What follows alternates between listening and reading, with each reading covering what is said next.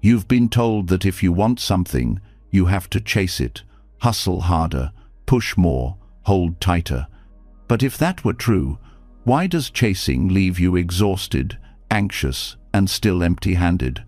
Why does grasping make what you want slip even further away, like sand falling through your fingers?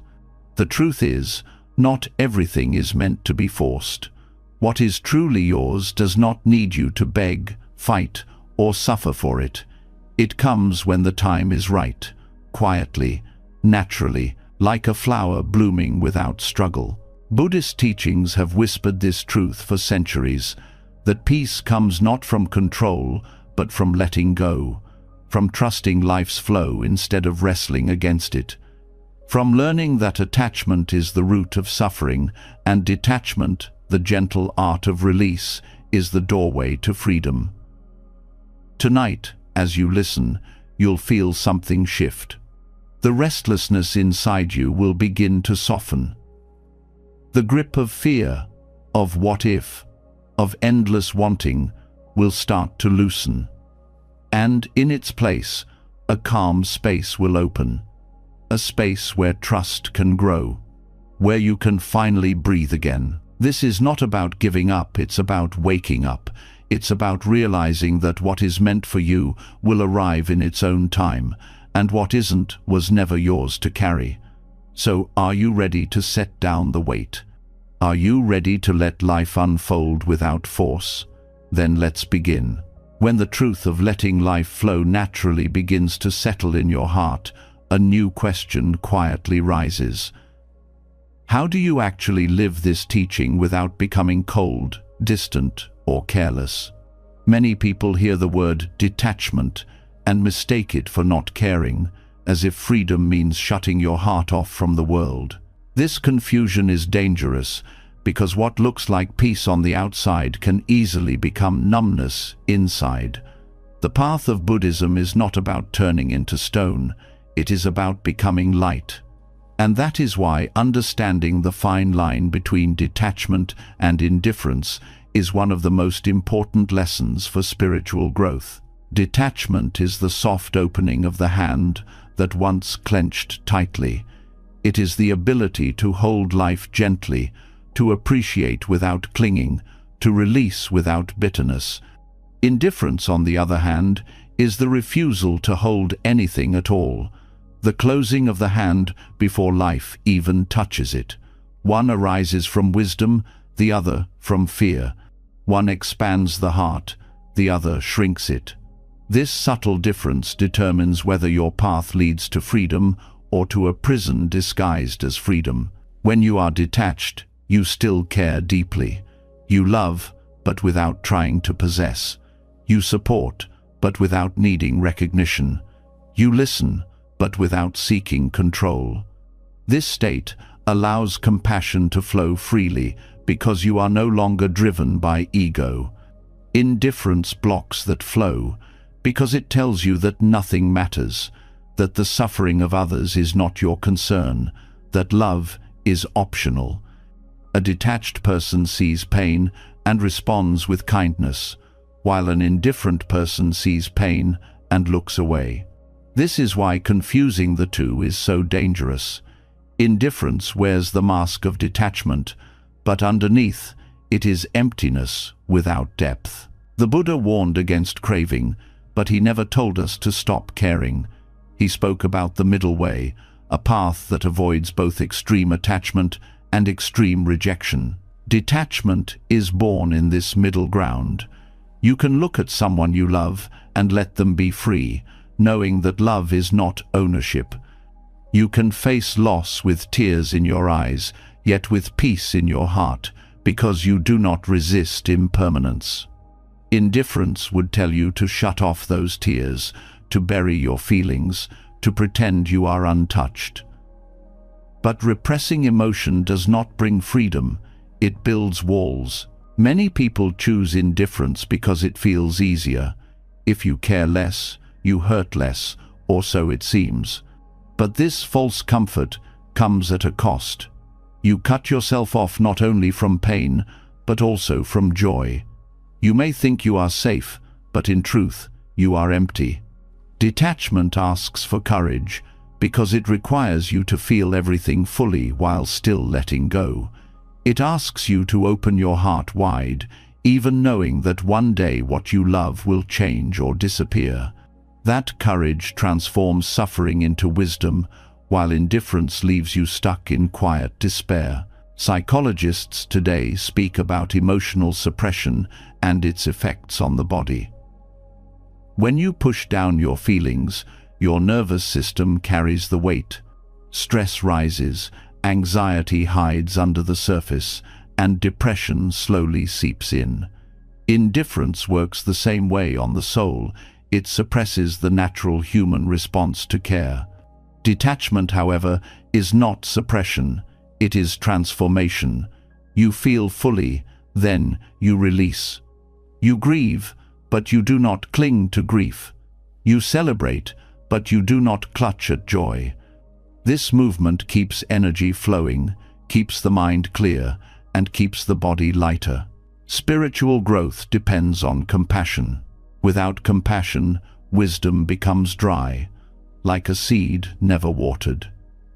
Detachment nourishes compassion because it removes self-centered desire, leaving room for genuine care. Indifference poisons compassion because it convinces you that caring is weakness. A detached person may give generously and then walk away without expectation. An indifferent person may not give at all, believing that nothing is worth their effort. One opens the heart to humanity, the other closes it. You might see this difference most clearly in relationships. Detachment allows you to love without chaining the other person. You give them space to grow, to leave if they must, and you still wish them well. Your love is not a cage, but a blessing. Indifference pretends not to care whether they stay or go. But this is not freedom, it is disconnection. When you are indifferent, you miss the chance to experience intimacy, because intimacy requires vulnerability, and indifference rejects vulnerability. Think of detachment as the clarity of seeing things as they are. You understand that everything is impermanent. Relationships, possessions, status, even your own body. This understanding frees you from grasping, but it does not make you cold. Instead, it deepens your appreciation. You savor moments because you know they will pass. You treasure people because you know they are not permanent fixtures. Indifference sees the same truth of impermanence, but responds with dismissal. Instead of cherishing, it shrugs and says, "Why bother?" This is not wisdom, it is resignation. The heart of Buddhism is compassion combined with insight. Compassion without wisdom burns out. Wisdom without compassion freezes over. Detachment is where the two meet. You see through illusions, but you also care for the beings still caught in them. You understand that nothing is permanent, but you still hold someone's hand when they cry. You know that desire leads to suffering, but you still smile at a child's joy. Indifference has no such balance. It uses the excuse of wisdom to abandon compassion. Consider how this plays out in society. When you are detached, you can face the world's suffering without drowning in it. You can act with kindness, volunteer, donate, or speak out, but without being consumed by anger or despair. You help because it is right, not because you need recognition. Indifference, however, looks at suffering and says, "It's not my problem." It uses impermanence as an excuse for inaction. This is a misunderstanding of Dharma. True, Dharma does not make you careless. It makes you more alive to the needs of others, even as you release your personal attachments. At the root of the confusion is fear. People fear that if they let go of attachment, they will lose passion, love, and meaning. So they either cling tightly or swing to the other extreme of indifference. But detachment is not the death of passion, it is the birth of pure passion. A detached artist still paints with fire, but without fear of criticism. A detached lover still loves deeply, but without chains. A detached seeker still pursues wisdom, but without pride. This is freedom with warmth, not coldness. The path of detachment also sharpens awareness. When you are indifferent, you close your senses. You numb yourself to avoid discomfort.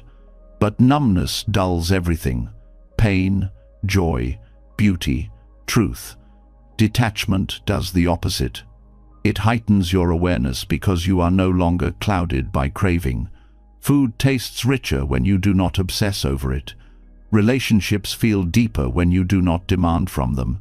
Experiences feel fuller when you do not cling. Indifference narrows your world. Detachment expands it. There is also a moral difference. Indifference can become cruelty because when nothing matters to you, the suffering of others becomes invisible. Detachment never leads to cruelty because it is rooted in wisdom and compassion together. A detached monk may leave the world of possessions behind, but he still feeds the hungry and comforts the sick. His detachment allows him to give more, not less. Indifference does not give it, only withholds. Philosophers throughout history have seen this same distinction in different words. The Stoics spoke about apatheia, the calm state free from destructive emotions. But they never meant apathy in the modern sense. They meant freedom from being ruled by emotion, not freedom from caring. Buddhism echoes this. Detachment is mastery, not neglect. It is choosing how to respond rather than reacting blindly. Indifference is simply not responding at all, not because you are wise, but because you are closed. If you look within yourself honestly, you can feel the difference. When you practice detachment, your heart feels light, open, at ease. There is clarity, a sense of being in harmony with life. When you slip into indifference, there is a heaviness, even if disguised as calm. Something feels deadened, like a light dimmed. That subtle difference is the compass of your growth. Pay attention to it, because it tells you whether you are truly walking the path or just avoiding it. Meditation can help you develop this discernment. In meditation, you learn to observe thoughts and feelings without clinging. You let them come and go, like clouds across the sky. This is detachment in practice, awareness without ownership. Indifference in meditation, however, would be ignoring thoughts, pushing them away, or zoning out. That is not mindfulness, it is avoidance. The quality of presence is what matters. Detachment is presence without grasping. Indifference is absence disguised as calm.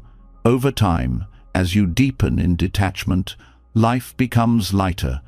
You stop needing constant validation. You stop fearing loss so intensely. You begin to care more authentically because your care is no longer tangled with ego. You help others not because you want something back, but because you see them as yourself.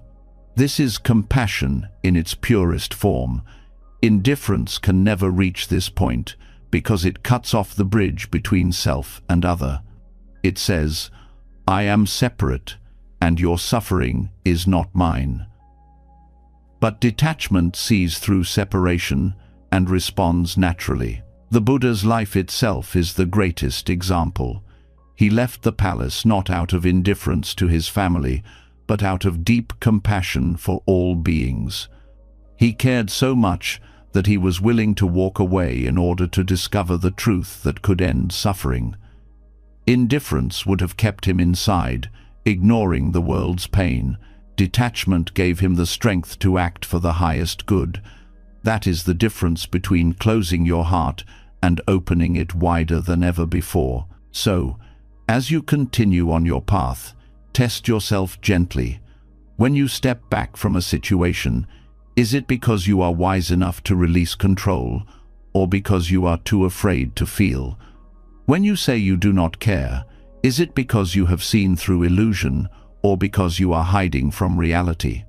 Detachment and indifference may look similar from the outside, but inside they create very different lives. One builds a soul that shines, the other builds a shell that cracks. And here lies the essence. Detachment is love without chains, compassion without ego, freedom without coldness. Indifference is escape disguised as freedom, numbness disguised as peace. If you want to grow, to truly find the calm strength that Buddhism offers, then choose detachment, not indifference. One leads to liberation, the other to a subtle kind of death long before the body dies. This is the difference the Dharma asks you to see. And once you feel it clearly in your own heart, your journey will never be the same. When you begin to see clearly that detachment is not indifference but freedom, another question naturally rises. If we are not meant to cling or force, then how do we move through life with purpose? This is where many people stumble. They think letting go means doing nothing, or that life will somehow carry them to everything they desire without effort. Others swing to the opposite extreme and believe they must push harder, control every step, and bend destiny to their will. Both are misunderstandings. The middle path is found in understanding karma and the natural rhythm of cause and effect. To live wisely is to act without forcing, to plant seeds without pulling at the stem, to trust that what is meant to blossom will do so in its own season. The law of karma is not punishment or reward handed down by some cosmic judge. It is the simple truth that every action has consequences. Your thoughts, words, and deeds ripple out and return to you in ways you may not expect. When you grasp at outcomes or try to rush destiny, you are not aligning with this rhythm, you are disrupting it. It is like throwing a rock into still water again and again, demanding it clear faster, only to make it murkier. The natural unfolding of karma requires patience, clarity, and trust in timing. The Buddha often compared karma to planting. If you sow seeds of kindness, compassion, and mindfulness, you cannot demand the fruit tomorrow. You must water them, give them sunlight, and allow time to work. Forcing the process does not yield quicker growth, it only damages the seed. This is why rushing destiny breaks the flow. You may achieve something temporarily by pushing, but the fruit will be bitter because it was pulled before it ripened. Detachment allows you to plant without clinging, to act with sincerity, but without obsession. Non-forcing is not passivity, it is wise alignment. When you force outcomes, you act from craving. Craving is rooted in the belief that you must have something now, that life is incomplete until it arrives. This mindset is restless, anxious, always measuring progress. Karma works on deeper levels than your impatience. It carries the energy of intention. If your intention is filled with desperation, fear, or greed, the results will carry that same flavor. This is why forcing often leads to disappointment. The energy you put into the world is the energy that returns to you. Consider how this applies to relationships. You may desire love so intensely that you push yourself into situations not meant for you, trying to hold people who are not aligned with your path. In the moment, it feels like action, like seizing destiny. But the outcome is strain, conflict, heartbreak. When you allow relationships to unfold naturally, guided by compassion and clarity, what arises is more stable. Karma does not deny you love, but it teaches you that love must grow in harmony, not under pressure. Non-forcing does not mean sitting still with folded hands. It means acting with awareness, planting the right seeds, and then stepping back to let life breathe. Think of a farmer. He tills the soil, plants, waters, protects the field, but he does not stand over the crops day and night, demanding they grow faster. He trusts the process. This is the art of karma. You act skillfully, You release control. You trust the unfolding. When you force, you dig up the soil repeatedly, ruining what you planted. The rhythm of karma is subtle. Many times, you cannot see the results of your actions immediately. This is where faith and patience enter. The mind that forces cannot bear waiting, because waiting feels like emptiness. But waiting in alignment with Dharma is not empty, it is fertile. Every moment of patience is nourishment to the seed. When you rush, you uproot your own potential. When you trust, you align with a deeper order. Modern life teaches the opposite. We are told that if we hustle enough, grind endlessly, and never stop pushing, we can control everything.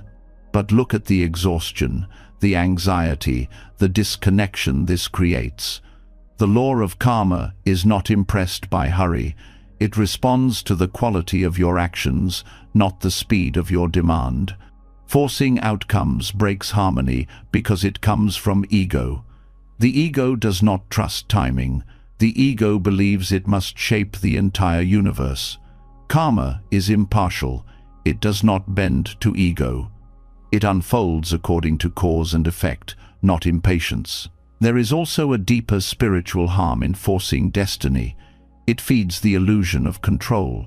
You begin to believe that your will alone determines reality, that you are separate from the larger flow. Buddhism teaches interdependence. Nothing exists in isolation. Everything arises from countless conditions. Forcing outcomes ignores these conditions, tries to push without harmony. The result is resistance, conflict, and suffering. Non-forcing acknowledges interdependence. It acts wisely within the web of causes, not against it. This does not mean that effort has no place. Right effort is part of the Eightfold Path. But right effort is not frantic pushing. It is balanced, mindful, purposeful. It is like guiding a boat with the current rather than paddling furiously against it. When you force, you exhaust yourself and drift further from shore. When you align, you travel farther with less struggle. This is the secret of non-forcing. Effort guided by wisdom, not by desperation. Think of times in your life when things came naturally, without strain. Perhaps an opportunity appeared when you least expected it, or a friendship grew effortlessly. This is the flow of karma meeting your readiness. Forcing would have blinded you to these openings because you would have been too busy chasing another door. The rhythm of life offers what is right when conditions are ripe. Non-forcing keeps you open to receive. The danger of rushing destiny is also that you often do not know what you are rushing into. The mind imagines that one outcome will bring happiness, but because it clings so tightly, it cannot see the whole picture. You may achieve what you wanted, only to discover it is empty. Karma does not deny you what you chase, but it reveals its true nature once obtained. If you act without wisdom, your forced outcomes become teachers of suffering. When you act with detachment, what unfolds, whether gain or loss, becomes nourishment for awakening.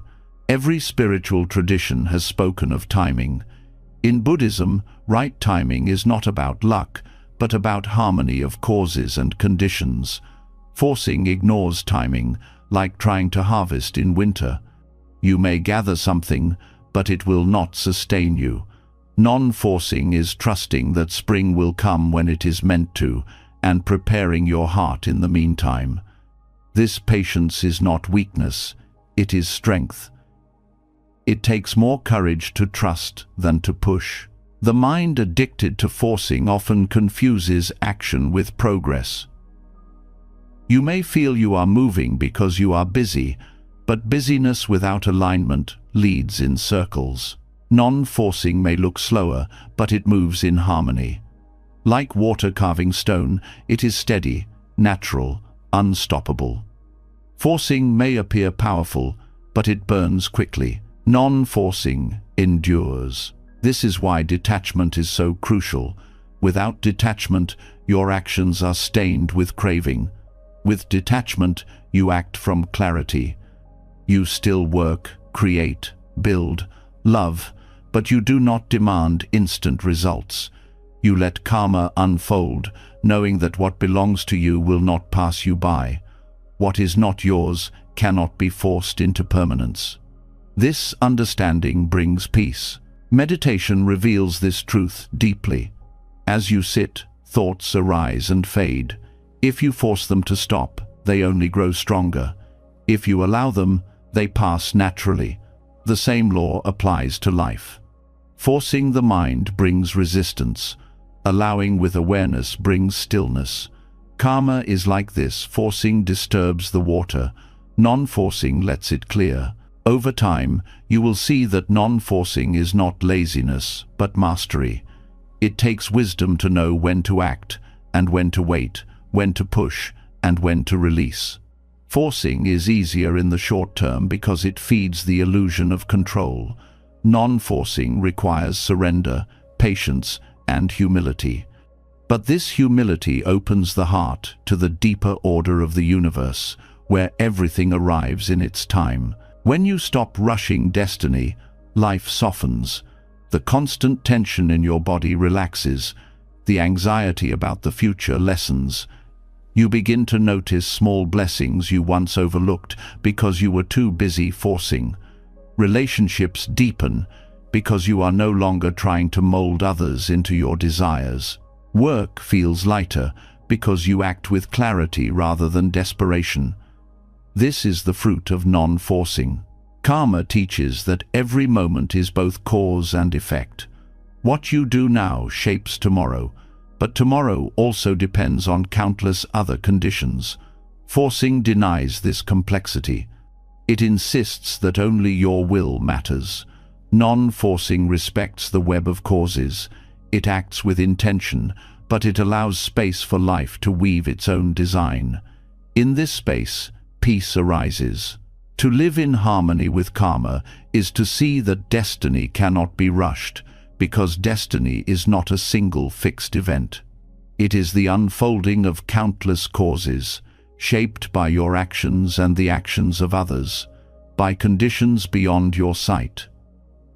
Forcing breaks the flow because it narrows life into one outcome. Non-forcing opens you to infinite outcomes, each carrying its own lesson. When you embrace non-forcing, you begin to see delays not as failures, but as part of the unfolding. You begin to see obstacles not as punishments, but as teachers. You begin to see timing not as against you, but as guiding you. Karma is not in a hurry. It moves at the pace of truth, not of craving. If you align with it, your journey becomes lighter. If you rush, you will always stumble. The wisdom is clear. Act with sincerity, plant seeds of compassion, trust timing, release control. Forcing only creates friction, but non-forcing creates flow. In that flow, life unfolds with more grace than your ego could ever plan. And when you stop rushing destiny, you discover that what is meant for you does not need to be chased. It arrives when the heart is ready to receive. When you learn that forcing life breaks its natural rhythm, another truth quietly shows itself. Much of the pressure we feel to rush, to grasp, to control, comes from desire itself. Desire whispers that without its fulfillment, you are incomplete, that happiness waits just beyond the next achievement, relationship, or possession. Yet if you look closely, every desire, no matter how urgent, no matter how intoxicating, eventually fades. Longing never stays, it always dissolves. To see this clearly is to understand impermanence at the heart of craving, and to free yourself from the endless cycle of suffering it creates. Desire feels permanent when it is burning inside you. In the moment, it convinces you that satisfaction will last forever. You crave a promotion, a new car, a partner, recognition, or even spiritual attainment. You believe that once you achieve it, the longing will disappear and peace will remain. But experience shows otherwise. As soon as the object of desire is gained, the fire begins to cool, and new desires quickly take its place. What seemed so essential yesterday becomes ordinary today. The craving that felt permanent dissolves as naturally as smoke vanishing into the air. The Buddha taught that this cycle arising, burning, dissolving is the nature of all craving. The problem is not that we desire, but that we cling to desire as though it were unchanging. You suffer not because of the object itself, but because you forget impermanence. You mistake a passing wave for a permanent ocean. When you see through this illusion, craving loses much of its power over you. You still experience desires, but you no longer believe they can give lasting happiness. Longing is tied to the illusion of permanence. The mind believes that fulfillment will freeze joy in place. Yet nothing in life remains fixed. Relationships shift, possessions decay, status changes, health fluctuates. Even your own emotions move like weather, never staying for long. When you tie your happiness to desire, you tie it to things that will dissolve. And when they inevitably change, disappointment arises. The recognition of impermanence does not make life bleak. It makes life honest. It frees you from chasing shadows and invites you to savor what is here without grasping. There is also the hidden truth that desire itself is exhausting. Each longing carries weight. It occupies your mind, unsettles your body, drives you into restless action. Think of how much mental space is consumed by craving, how often thoughts circle around "if only" and "what if." When longing dissolves, you feel lighter, freer, as though a burden has lifted. The nature of desire is to appear heavy and urgent, but its essence is vapor. By seeing its impermanence, you stop letting it control you. Modern psychology confirms what the Buddha taught. Studies on hedonic adaptation show that humans quickly return to a baseline of happiness after achieving what they wanted. The joy of a new purchase fades within days or weeks. The excitement of success softens into normal routine. Even deep relationships change in feeling over time. This does not mean achievements and relationships have no value. It means their ability to sustain happiness is limited. The suffering arises when you expect them to provide what they cannot. Recognizing this keeps you from being enslaved by endless craving. Desire is not the enemy. What causes suffering is ignorance of its nature. You can allow desires to arise and dissolve without mistaking them for permanent truths. For example, hunger arises, you eat, and the desire fades. You do not cling to hunger or panic when it ends, but with deeper cravings, wealth, recognition, security, you often forget the same impermanence applies. When you learn to observe longing with the same calm awareness you give to hunger, you see it is just another passing condition. This awareness changes your relationship with time. Desire often projects into the future, pulling you away from the present. You chase a tomorrow that never truly arrives, because once you reach it, new desires have already appeared. When you see that longing dissolves by nature, you stop postponing happiness. You begin to value presence, because you know fulfillment in the future is fragile. This does not make you passive, it makes you wiser in where you place your energy. There is also a subtle beauty in the dissolving of desire. When one craving ends, space opens within you. That space is clarity. It allows stillness, creativity, and compassion to arise. If desire never dissolved, your mind would be perpetually crowded, leaving no room for depth. Impermanence clears the field, so new growth can happen. The problem is not that desires end, but that you resist their ending. You cling to the fire long after the flame is gone, and in that clinging lies suffering. This truth also reframes loss. Often, what you long for is not just gain, but the prevention of loss, keeping youth, keeping security, keeping loved ones close forever. But here too, impermanence rules. Longing for what cannot remain only deepens pain. To see impermanence clearly does not mean you stop caring. It means you stop fighting reality. You can love fully while it lasts, grieve honestly when it changes, and release without bitterness. The dissolving of desire teaches you to value each moment, not as a possession, but as a gift. Meditation reveals this with direct clarity. Sit quietly and watch the mind. Desires appear like waves, a thought of food, a memory of affection, a fantasy of success. Each feels real, urgent, necessary. Yet if you do not feed them, they pass on their own. Some dissolve quickly, others linger, but all eventually fade. This is impermanence in action. You begin to see that craving is not a permanent fire, but a flickering flame. Observing this reduces attachment, because you realize you are not bound to chase every longing. Spiritual practice deepens when you stop identifying with desire. Instead of saying, "I am my craving," you begin to say, "There is craving." This subtle shift breaks the chain of suffering. You no longer see desire as defining who you are, but as a temporary condition moving through you. When longing dissolves, you remain. This recognition is freedom. The nature of desire also teaches humility. Longings are often contradictory. At one moment, you crave solitude. At another, connection. At one moment, you want stability. At another, adventure. If you chase each with equal intensity, you are torn in pieces.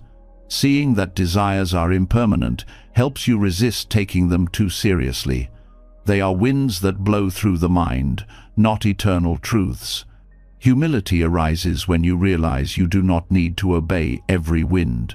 This truth has profound implications for compassion.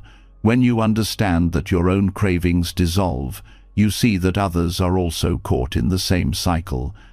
Their anger, greed, jealousy, or grasping are not fixed identities but temporary conditions.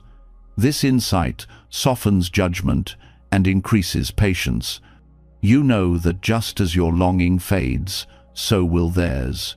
You respond with kindness instead of harshness, because you see impermanence working in all beings. Non-attachment does not mean rejecting desire completely. It means walking with it wisely. You let longing arise, you see its nature, and you release it when it dissolves. In this way, desire becomes a teacher rather than a master. Each longing shows you impermanence in action. Each dissolution reminds you of freedom. If you cling, you suffer. If you observe, you learn. When you align with this truth, your life changes. You no longer chase endlessly after the next achievement or possession. You engage with the world, but without illusions. You enjoy what you have without demanding it last forever. You work toward goals, but without the desperation of needing them to define you. This balanced relationship with desire is what reduces suffering. It does not eliminate the natural arising of longing. It transforms your response to it. In the end, desire always dissolves, whether fulfilled or unfulfilled. This is its nature. To forget this is to suffer endlessly. To remember this is to taste freedom. The Buddha's teaching of impermanence is not abstract philosophy, it is daily reality. The more you see it, the less you cling. The less you cling, the lighter you walk. And with each longing that dissolves, a deeper peace takes root, a peace that no temporary desire can ever provide. When the truth of impermanence is deeply seen, a new question begins to surface. If desire always dissolves, then why do we keep clinging to what is already fading? The human heart often resists release, even when holding on brings pain. We grasp at relationships, memories, regrets, and expectations, as if our survival depended on them. Yet what we discover through the Dharma is that true healing often begins not in holding tighter, but in letting go. Release is not a loss, it is the space where life renews itself, where the body softens, the mind clears, and the spirit breathes freely again. Holding on feels safe in the moment because it gives the illusion of control. A broken relationship may leave wounds, but clinging to the pain feels like protecting yourself from forgetting. A past mistake may bring guilt, but replaying it again and again feels like proof that you care. Yet this form of holding does not protect it, prolongs the suffering. The wound cannot close because it is never allowed to breathe. When you let go, you do not erase the memory or deny the event. You simply release the need to carry it endlessly. This release is what allows healing to move in. Emotional wounds, like physical ones, need space to recover. If you keep scratching at a cut, it will never heal. In the same way, when you replay betrayals, failures, or grief, you prevent the natural restoration of the heart. Letting go is the act of stepping back, of trusting the natural wisdom of your being to mend. Buddhism teaches that suffering arises from attachment, and nowhere is this clearer than in the refusal to release. The longer you cling, the deeper the pain. The moment you release, the energy shifts. Healing is not forced, it unfolds because you stopped resisting. The body itself reflects this truth. Stress, anxiety, and tension build when the mind refuses to let go. Muscles tighten, breath shortens, sleep becomes restless. Holding on to anger or regret is not only a mental habit, it manifests physically. Countless studies show the link between unresolved emotional burdens and illness. When people learn to release, whether through forgiveness, meditation, or mindful acceptance, the body relaxes, blood pressure lowers, immune function improves, energy returns. The body thrives in letting go, because clinging is a constant fight against reality. Letting go does not mean you forget or dismiss what happened. It means you stop feeding it with resistance. A heartbreak remains part of your story, but it no longer dictates your present. A failure remains in memory, but it no longer defines your identity. Release transforms pain into wisdom. The experience remains, but the suffering softens. Healing arises because you are no longer chained to the wound. The act of holding often comes from fear. You fear that if you let go, you will lose meaning, love, or identity. You believe that your pain keeps you connected to what was lost, but fear binds you to the very thing you long to be free from. Letting go is not abandoning, meaning it is discovering a deeper meaning beyond possession. It is trusting that love does not vanish when you release the person, that wisdom does not vanish when you release the mistake, that strength does not vanish when you release the grief. Forgiveness is one of the clearest forms of release. To forgive is not to excuse or forget, but to stop carrying the poison of resentment. Holding on to anger is like holding a burning coal, hoping it will hurt the other, while only burning yourself. Letting go of resentment allows your heart to heal, even if justice or reconciliation never arrives. This healing is not a gift to the one who hurt you, it is a gift to yourself. Forgiveness is freedom, and freedom is the ground of healing. Letting go also creates space for new growth. When your hands are full of what no longer serves you, you cannot receive what life is offering now. Holding on blocks the flow of renewal. Release opens space. This is why people often discover that once they finally let go of an old attachment, new opportunities, connections, or insights arise. The space left by release is not emptiness, it is fertile ground. Healing thrives in this space because it is uncluttered, open, receptive. Meditation teaches release directly. As you sit, thoughts and emotions arise. When you cling, tension builds. When you push them away, struggle grows. But when you let them pass without attachment, the mind softens. This practice is not only mental, it is healing at every level. The nervous system settles, the heart feels lighter, clarity arises. Meditation is training in the art of release, showing again and again that letting go restores balance more effectively than holding on. The same truth applies to grief. Loss is painful, and healing does not mean pretending otherwise. Yet grief becomes unbearable when you cling to the idea that nothing should have changed. Holding on to what is gone freezes the heart in the past. Letting go honors the impermanence of life. It allows you to love what was while opening to what is. This does not diminish love, it deepens it, because you are no longer resisting reality. Healing grows not by denying the loss, but by releasing the demand for permanence. Even in daily frustrations, letting go heals. A harsh word from a colleague, a traffic delay, a mistake at work, all these can either linger in the mind or be released. When you hold on, irritation festers, affecting your mood and interactions. When you let go, peace returns quickly. Small releases train the heart for larger ones. Each act of letting go is practice in allowing healing instead of prolonging pain. Physical healing mirrors this principle.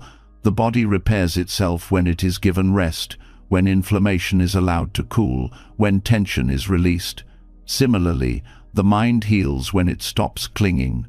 Just as you cannot force a wound to close faster, you cannot force emotional pain to disappear by clutching it.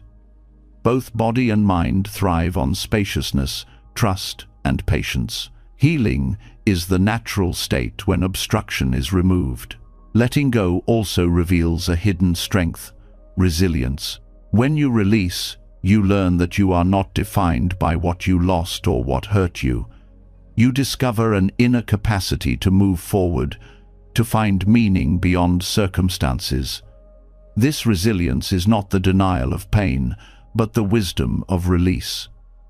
It shows you that healing is not the absence of scars, but the ability to live fully with them, unbound by their weight.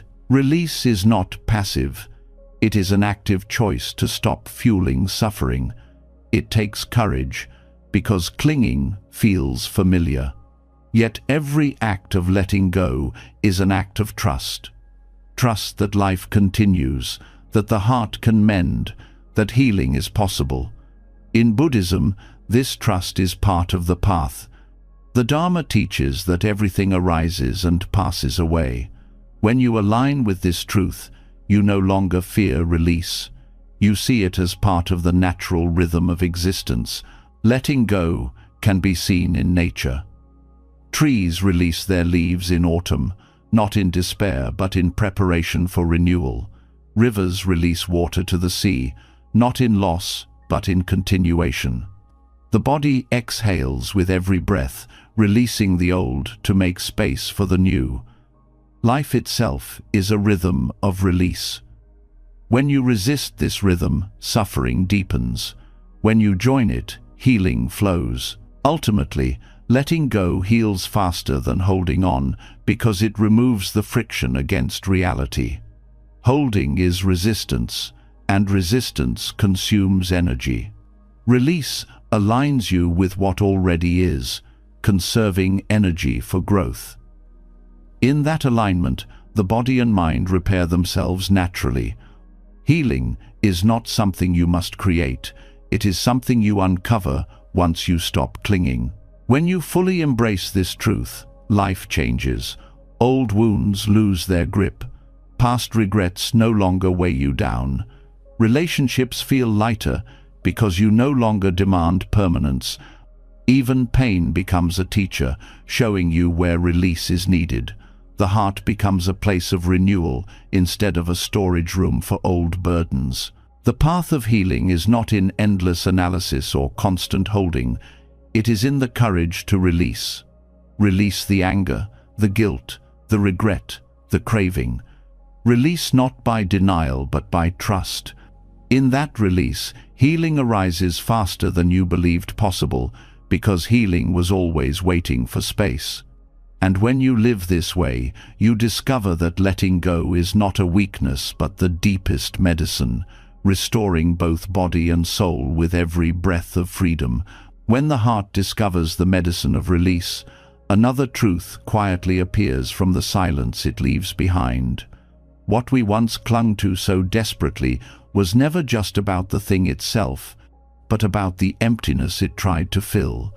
Desires are not random. They carry hidden messages. What you chase outside often reveals what is missing inside. This is why detachment is not simply a practice of letting go of cravings, but also a way of looking deeper, of seeing clearly what longing is trying to cover up. Beneath every pursuit lies a mirror, and in that mirror you can see your wounds, your fears, your forgotten parts of self.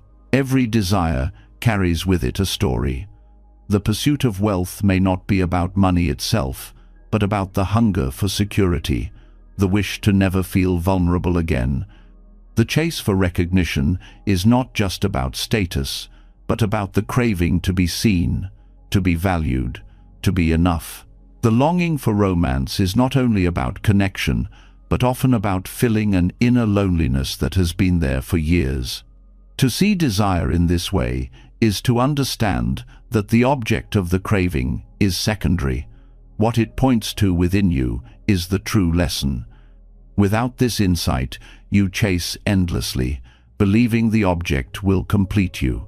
With this insight, you begin to heal the root emptiness rather than feeding it with endless substitutions. Detachment gives you the distance to see this clearly. When you are entangled in craving, the story it tells feels absolute.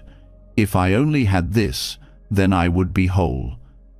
But detachment steps back and reveals another perspective. This desire is showing me where I still feel incomplete. Instead of blindly following the craving, you can learn from it. Each longing becomes a teacher. What you lack reveals itself through what you chase. The practice, then, is not to shame yourself for having desire, but to look at it honestly, as a mirror reflecting your inner state. This mirror of emptiness explains why fulfilled desires rarely bring lasting peace. If the underlying emptiness is not healed, even when you gain what you want, the hunger remains. It may quiet for a moment, but soon another craving arises to take its place. Without understanding, you spend your life decorating the surface of emptiness rather than tending to its depth. Detachment breaks this cycle because it reminds you that no external object can resolve an internal wound. Healing comes not from adding more, but from addressing the emptiness directly. The Buddha taught that craving arises from ignorance, from not seeing clearly. We believe that the world outside can fix what feels broken inside. But when you see through the illusion, craving becomes a doorway into deeper wisdom. Ask yourself, what is this longing trying to cover? What wound is it pointing toward? What fear is hidden beneath this chase? When you inquire in this way, desire transforms from a chain into a guide. It no longer controls you. It shows you where to look. This insight changes how you relate to yourself. Instead of condemning your desires as weaknesses, you approach them as signals. A desire for endless approval might point to a forgotten wound of neglect. A craving for constant busyness may point to a fear of facing emptiness in stillness. A need to control others might reveal insecurity within. Detachment gives you the space to look without judgment, to see these patterns not as flaws, but as invitations to heal. What makes this teaching profound is that emptiness is not a failure. In Buddhism, emptiness is also the truth of all things, that nothing has a fixed, independent essence. The emptiness revealed by desire is not a sign that you are broken, but a reminder of your impermanent, fluid nature. You chase because you forget this. You believe you are missing a permanent peace. But in reality, you are not missing what you feel, as emptiness is the absence of attachment, waiting to be filled not by objects, but by wisdom and compassion. The practice of turning desire into a mirror requires honesty. When a craving arises, instead of rushing to fulfill it, you pause and ask, "What is this showing me about myself?" For example, the longing for luxury may reveal a fear of insignificance. The hunger for endless knowledge may reveal insecurity about worth. The pursuit of beauty may reveal discomfort with vulnerability. Each desire opens a window into your hidden places. When you view them with detachment, you can meet those places with awareness rather than feeding them blindly. This perspective also brings compassion for others. When you see that your cravings reveal your emptiness, you recognize the same truth in others. The person chasing wealth may not be greedy, but deeply insecure. The one obsessed with attention may not be vain, but longing to be loved. The one clinging to possessions may not be selfish, but terrified of loss. Recognizing this softens judgment. Instead of resenting others for their desires, you see the suffering beneath.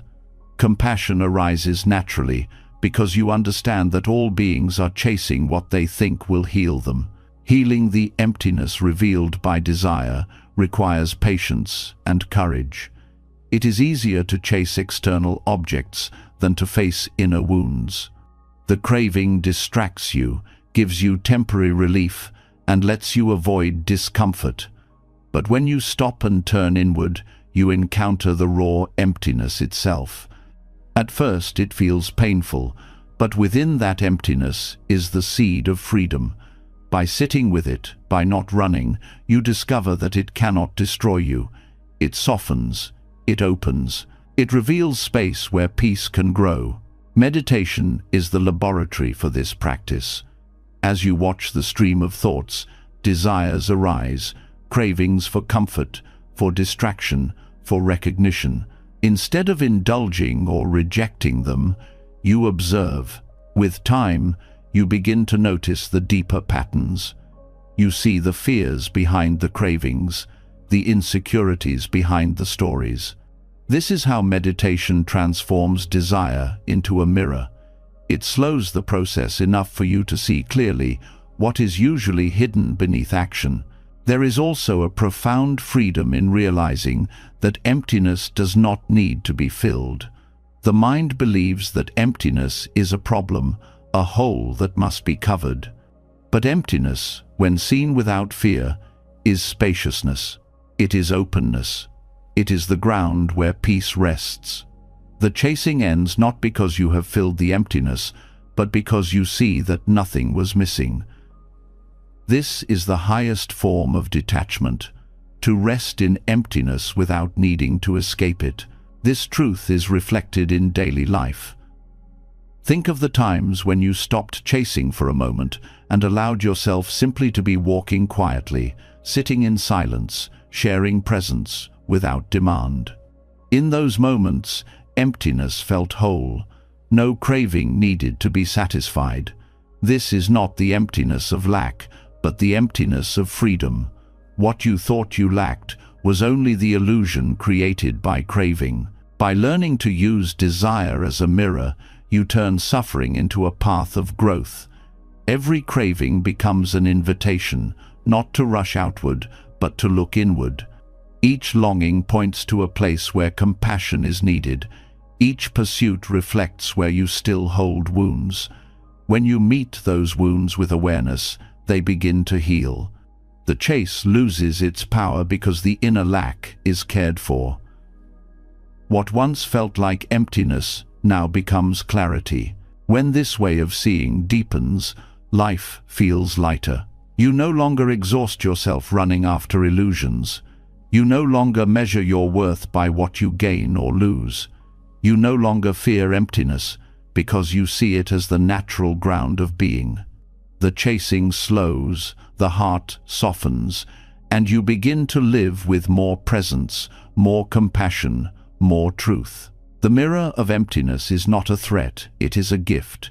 It reveals where healing is needed and shows you the futility of chasing shadows.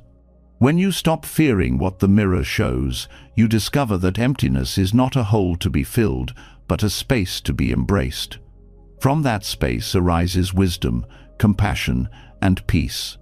And once you learn this, desire no longer rules you. Instead, it becomes a teacher, guiding you back to the freedom that was always within. When you begin to see that desire is only a mirror for inner emptiness, the question naturally shifts toward action. If chasing creates suffering and clinging reveals wounds, how then should one live in the world? The answer does not lie in withdrawal or apathy, but in learning the art of effortless alignment. Taoist philosophy calls this Wu Wei, often translated as non-doing. It is not about inactivity, but about living in such deep harmony with the flow of life that actions arise naturally, without strain, without forcing, and without resistance. Within Buddhism, this principle resonates through detachment, patience, and the wisdom of the middle way. Wu Wei often confuses people because the words non-doing sound like laziness or indifference, but it is nothing of the sort. It is the opposite of struggle. It is the experience of being so attuned to reality that your choices are not made from craving, fear, or control, but from clarity and trust. It is when you act without resistance to what is, and in doing so, your actions carry a kind of ease that forced effort can never achieve. Buddhism echoes this through its teachings on right effort, effort that is balanced, wise, and free of attachment to results. When you live in alignment, life does not feel like a constant battle. You still act, work, and make choices, but they flow more naturally. There is no pushing against the current, no grasping at outcomes. This kind of action has a quiet power. It allows results to arise in their proper time without being distorted by impatience. Detachment in Buddhism creates the mental space for this state, because once you are free from clinging, you no longer act from desperation. Wu Wei is action without forcing, detachment in motion. In Taoism, the sage is compared to water. Water flows without resistance, finds its way around obstacles, and nourishes everything it touches without struggle. In Buddhism, this same principle is seen in patience and compassion. The Buddha taught that forcing against the truth of impermanence brings suffering, while acceptance allows peace. Wu Wei reflects this same wisdom. When you align with the natural rhythm, life carries you forward effortlessly. The strain disappears because the resistance has been released. In daily life, this principle shows itself clearly. Think of the times you pushed relentlessly for something, only to exhaust yourself with frustration. Contrast this with the times when you allowed things to unfold while staying attentive and responsive.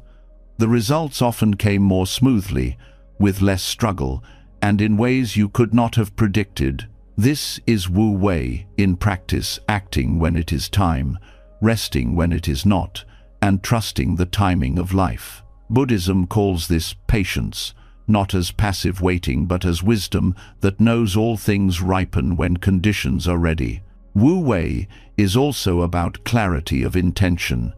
When you act from craving, your choices are clouded, restless, and distorted. When you act from alignment, your mind is clear. You respond rather than react. In meditation, this can be felt directly.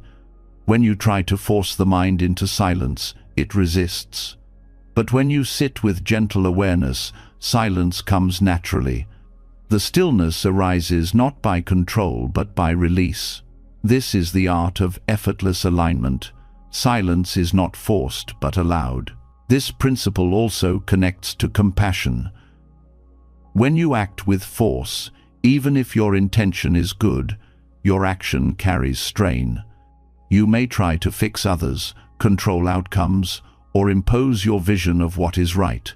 But when compassion flows effortlessly, it does not demand or manipulate. It meets suffering with presence and responds with care that is natural, not calculated. This is why Buddhist detachment enhances compassion. Once you let go of clinging, your kindness no longer seeks reward. Wu Wei is compassion without agenda, pure responsiveness to the needs of the moment. One of the greatest difficulties in human life is the constant belief that we must control everything. Wu Wei dissolves this illusion. It reminds you that life is interconnected, that outcomes depend on countless causes beyond your control. When you stop forcing, you leave space for these conditions to align naturally. Buddhism teaches dependent origination, that everything arises due to conditions. Wu Wei is the practical expression of this, aligning with conditions rather than fighting them. This does not mean passivity. To live in Wu Wei is to be deeply engaged, but without the arrogance of control. The farmer plants seeds, waters the soil, tends the crops, but does not demand the harvest arrive tomorrow. The healer gives medicine, but trusts the body's own wisdom to recover. The teacher shares knowledge, but allows the student's readiness to shape their learning. This is effortless alignment, acting wisely, without clinging to immediate results. Buddhism describes this as skillful means, knowing how and when to act in harmony with causes and conditions. Wu Wei also reveals itself in creativity. Artists often describe moments when their work flows effortlessly, as though it is creating itself through them. Athletes speak of being in the zone, where movement happens without conscious struggle. These states are glimpses of effortless alignment. They arise not from control but from surrender to the moment. Buddhism supports this through mindfulness. Being fully present allows action to flow with ease, without distraction or resistance. The power of Wu Wei lies in its subtlety. Forced effort often leads to burnout, while effortless alignment is sustainable. It conserves energy because you are no longer fighting reality. You move with it, not against it. This is why patience is so important in Buddhism. It is the willingness to let things unfold in their own rhythm, knowing that rushing only creates tension. Wu Wei is patience in motion, the dance of stillness and action combined. Living this way also transforms relationships. Forcing others to meet your expectations creates conflict. Aligning with their nature allows harmony. This does not mean tolerating harm, but responding without the burden of control. You let people be who they are while acting wisely in response. Detachment prevents you from demanding, and Wu Wei allows your presence to bring peace rather than pressure. Relationships built on effortless alignment feel lighter, freer, more authentic. Another dimension of Wu Wei is trust. It asks you to trust the flow of life, to believe that what needs to unfold will unfold. This trust is not blind faith, but an understanding of impermanence and karma. You act skillfully, you plant good seeds, and then you release the outcome. Wu Wei is this release, the confidence that you do not need to pull at the stem to make it grow. Buddhism calls this trust in Dharma, the law of truth that carries life forward, whether or not you cling. The practice of Wu Wei also helps dissolve fear. Much of human anxiety arises from trying to control what cannot be controlled. When you accept the rhythm of life, fear lessens. You act when it is time, you rest when it is not, and you trust that what is yours cannot be lost. This calmness is not indifference, but deep alignment. Fear loses its grip because you are no longer fighting time, no longer demanding permanence. In meditation, the principle becomes even clearer. Breath flows naturally. If you try to force it, it becomes uneven and strained. When you let it be, it deepens on its own. Thoughts arise and fade. If you try to suppress them, they multiply. If you allow them, they dissolve. This is the art of non-doing in direct experience. Wu Wei is not about abandoning discipline, but about finding the discipline of ease, effort, that does not feel like struggle. Ultimately, effortless alignment is the natural state of being when attachment is released. Forcing comes from craving and ignorance. Non-doing arises from wisdom and trust. Buddhism and Taoism meet here. Both teach that peace comes not from conquest, but from harmony. Not from control, but from alignment. Wu Wei is the living expression of detachment.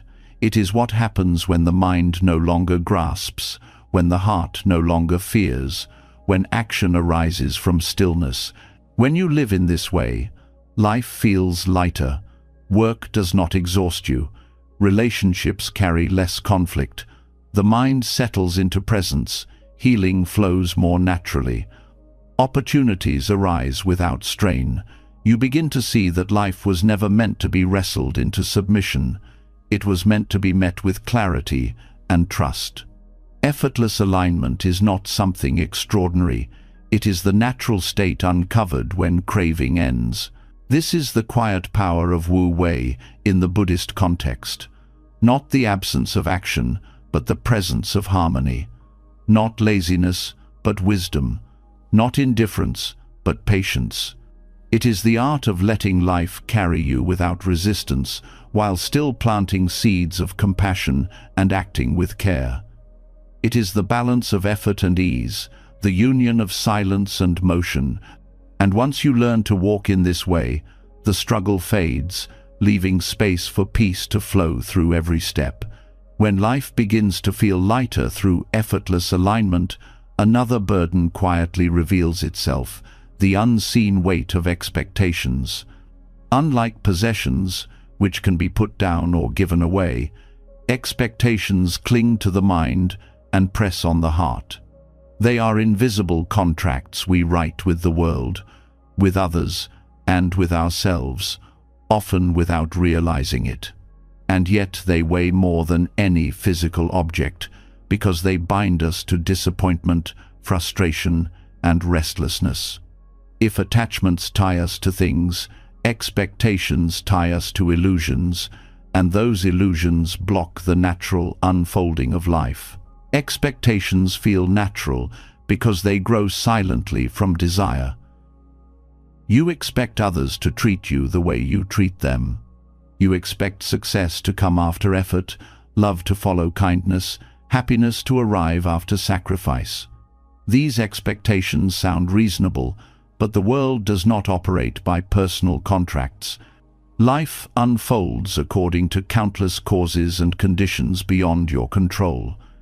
When expectation meets reality, conflict arises. The heavier the expectation, the deeper the wound when it is unmet. Unlike possessions, which you can release with practice, expectations live inside your assumptions. They bend perception and bind you to suffering without you even noticing. The Buddha spoke often of craving and clinging as the root of suffering, but within craving lies expectation. The moment you desire something, your mind begins to predict how it should arrive, when it should appear, and what it should look like. This prediction hardens into expectation. When life delivers something different, disappointment follows. What you suffer from is not always the event itself, but the gap between expectation and reality. A harsh word hurts less by itself than by how much it shatters the expectation of kindness. A delay in progress feels heavier, not because of the delay, but because it did not match the expectation of speed. This weight is heavier than attachments to possessions, because possessions are external. You can see them, you can feel them, you can choose to part with them. Expectations are internal and often unconscious. They shape how you see every moment. They dictate how you interpret experiences. They become the lens through which you judge yourself and others. To carry expectations is to carry an invisible cage wherever you go. The bars are not made of objects, but of assumptions about how life should be. One of the most subtle forms of expectation is self-expectation. You expect yourself to be stronger, wiser, more successful, less flawed. These inner demands drive constant dissatisfaction. Even when you achieve something, the mind immediately raises the bar. No achievement ever feels enough, because expectation shifts like the horizon. It recedes as you approach. This inner weight is exhausting, and it robs you of peace. Detachment teaches you to release possessions, but the deeper practice is to release expectations of yourself. Only then can you experience the freedom of simply being. Expectations of others are equally heavy. You expect your partner to love you in a certain way, your friends to understand without explanation, your children to fulfill your hopes, your colleagues to respect your efforts. Each expectation builds a silent condition for your happiness. When others fail to meet it, resentment grows. Yet often, they never agreed to these terms. They are living their own causes and conditions, just as you are. To demand that they match your script is to fight reality. Letting go of these expectations does not mean tolerating harm or neglect. It means releasing the burden of demanding that others fulfill roles they may never have chosen. In that release, relationships breathe. Expectations of life itself are the broadest and heaviest. You expect that good deeds will always be rewarded, that justice will always prevail, that the path will always be smooth. These are noble hopes, but when taken as guarantees, they create despair when life does not comply. The Dharma teaches impermanence and uncertainty as universal truths. To live as though life owes you guarantees is to deny these truths. Acceptance is not cynicism, it is the wisdom that sees life clearly. Without the burden of expectation, you can meet each moment as it is, not as you demand it to be. The greatest weight of expectation lies in its subtlety. You may think you are detached because you own little, live simply, and practice release. Yet if your mind is full of assumptions about how life should unfold, you are still bound. Attachments are visible chains, expectations are hidden ones. They block natural arrival because they do not allow you to see what life is actually offering. You overlook opportunities, blessings, and lessons because they do not match your imagined script. You wait for one door to open while ignoring the many already before you. This does not mean you should live without intention. Intention guides effort. Expectation clings to results. Intention says, I will act with kindness.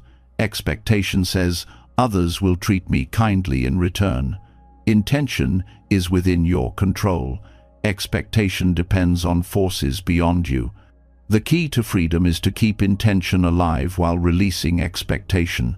You walk the path with sincerity, but without demanding a specific outcome.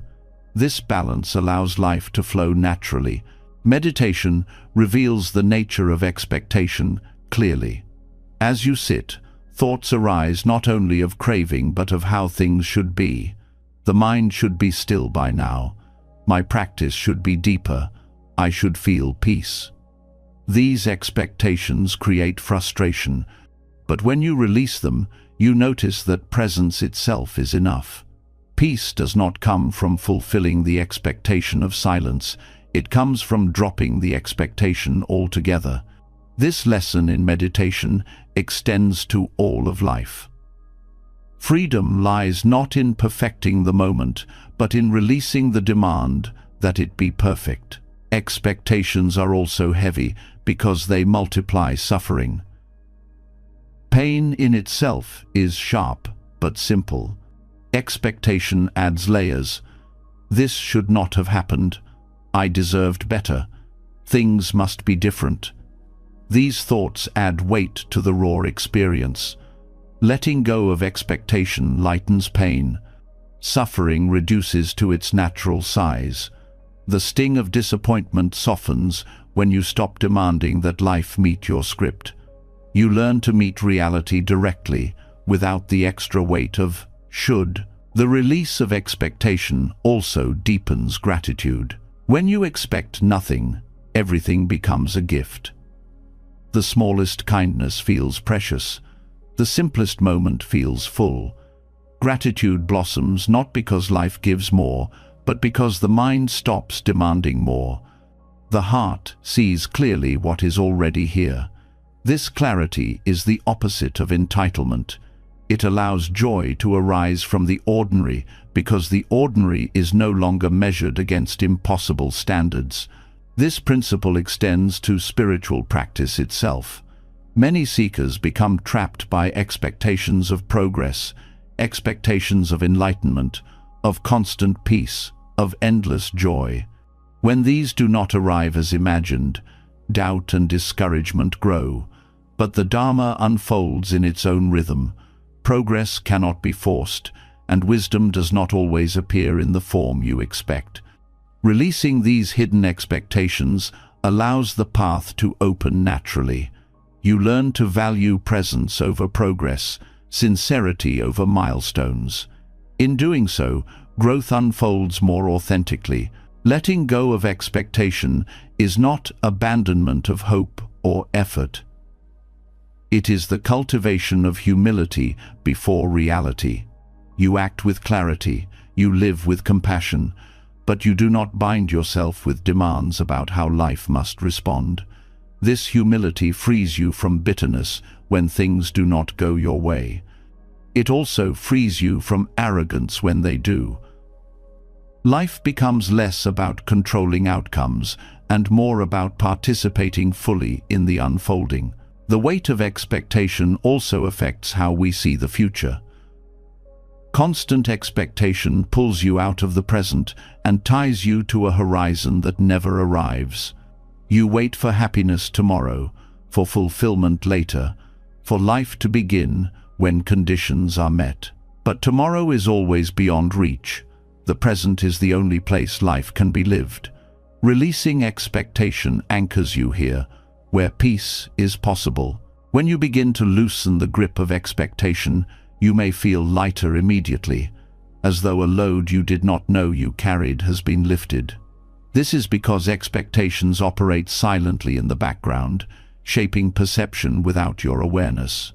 Releasing them is like removing a weight from your shoulders that you thought was part of your body. Suddenly, the mind has space, the heart has ease. Life feels less like a burden and more like a gift. This practice is lifelong.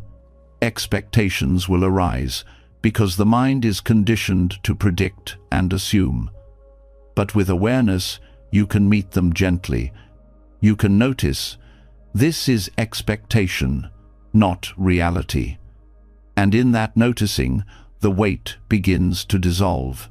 Each release creates more freedom, more peace, more space for life to arrive naturally. The hidden weight of expectation is heavier than possessions because it cannot be put down by will alone.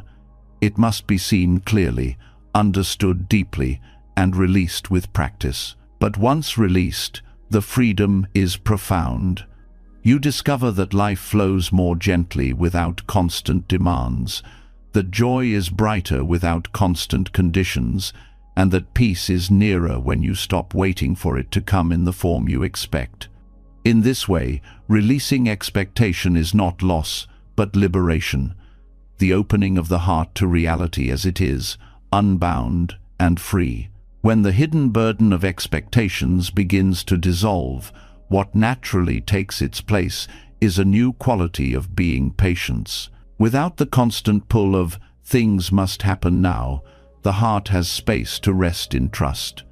But patience in the Buddhist path is far more than waiting quietly for time to pass. It is an active strength, a conscious trust in the unfolding of Dharma, and a deliberate choice not to be shaken by delay, discomfort, or hardship. Patience is not passivity. It is power that arises from understanding reality as it truly is. The Sanskrit word khanti, often translated as patience, is one of the 6 perfections practiced by bodhisattvas. It carries meanings that go deeper than the modern sense of endurance. It speaks of forbearance, tolerance, resilience, and a radical willingness to meet the world as it arrives without collapsing into anger or despair. It is not about gritting teeth until something changes. It is about opening fully to what is, with the steady confidence that life unfolds according to causes and conditions, not according to craving. Patience is difficult because the mind resists reality. It wants things to move at its own pace, in its own way. When that does not happen, agitation rises. This is why patience is called a perfection, because to truly practice it is to transcend the ordinary reactions of the mind. In anger, you believe life is unfair. In impatience, you believe you are entitled to a different moment than the one in front of you. Patience dismantles these illusions by showing you that things take the time they need. To meet them with trust instead of resentment is to live in harmony with truth. Patience is not weakness. It is not surrender to oppression or indifference to injustice. It is strength precisely because it gives you clarity in the midst of difficulty. Anger clouds judgment, and fear narrows vision, but patience holds steady, allowing you to respond wisely. When faced with insult, patience keeps you from striking back in a way that multiplies suffering. When faced with hardship, patience keeps you from abandoning the path in despair. This is why kshanti is considered essential to liberation. Without it, every obstacle would send you spiraling into reaction. In relationships, patience is the difference between peace and conflict. The expectation that others should always meet your needs, change quickly, or understand perfectly creates endless friction. Patience recognizes that people grow at their own pace, shaped by their own conditions. It allows you to support without forcing, to love without demanding. This patience does not mean tolerating harm or abuse. It means responding from wisdom rather than from reactive anger.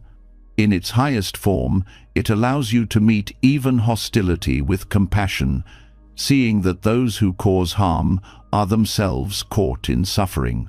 Patience also transforms how you relate to time. Much suffering comes from rushing life, from demanding that growth, healing, or success arrive on your schedule. But growth has its rhythm.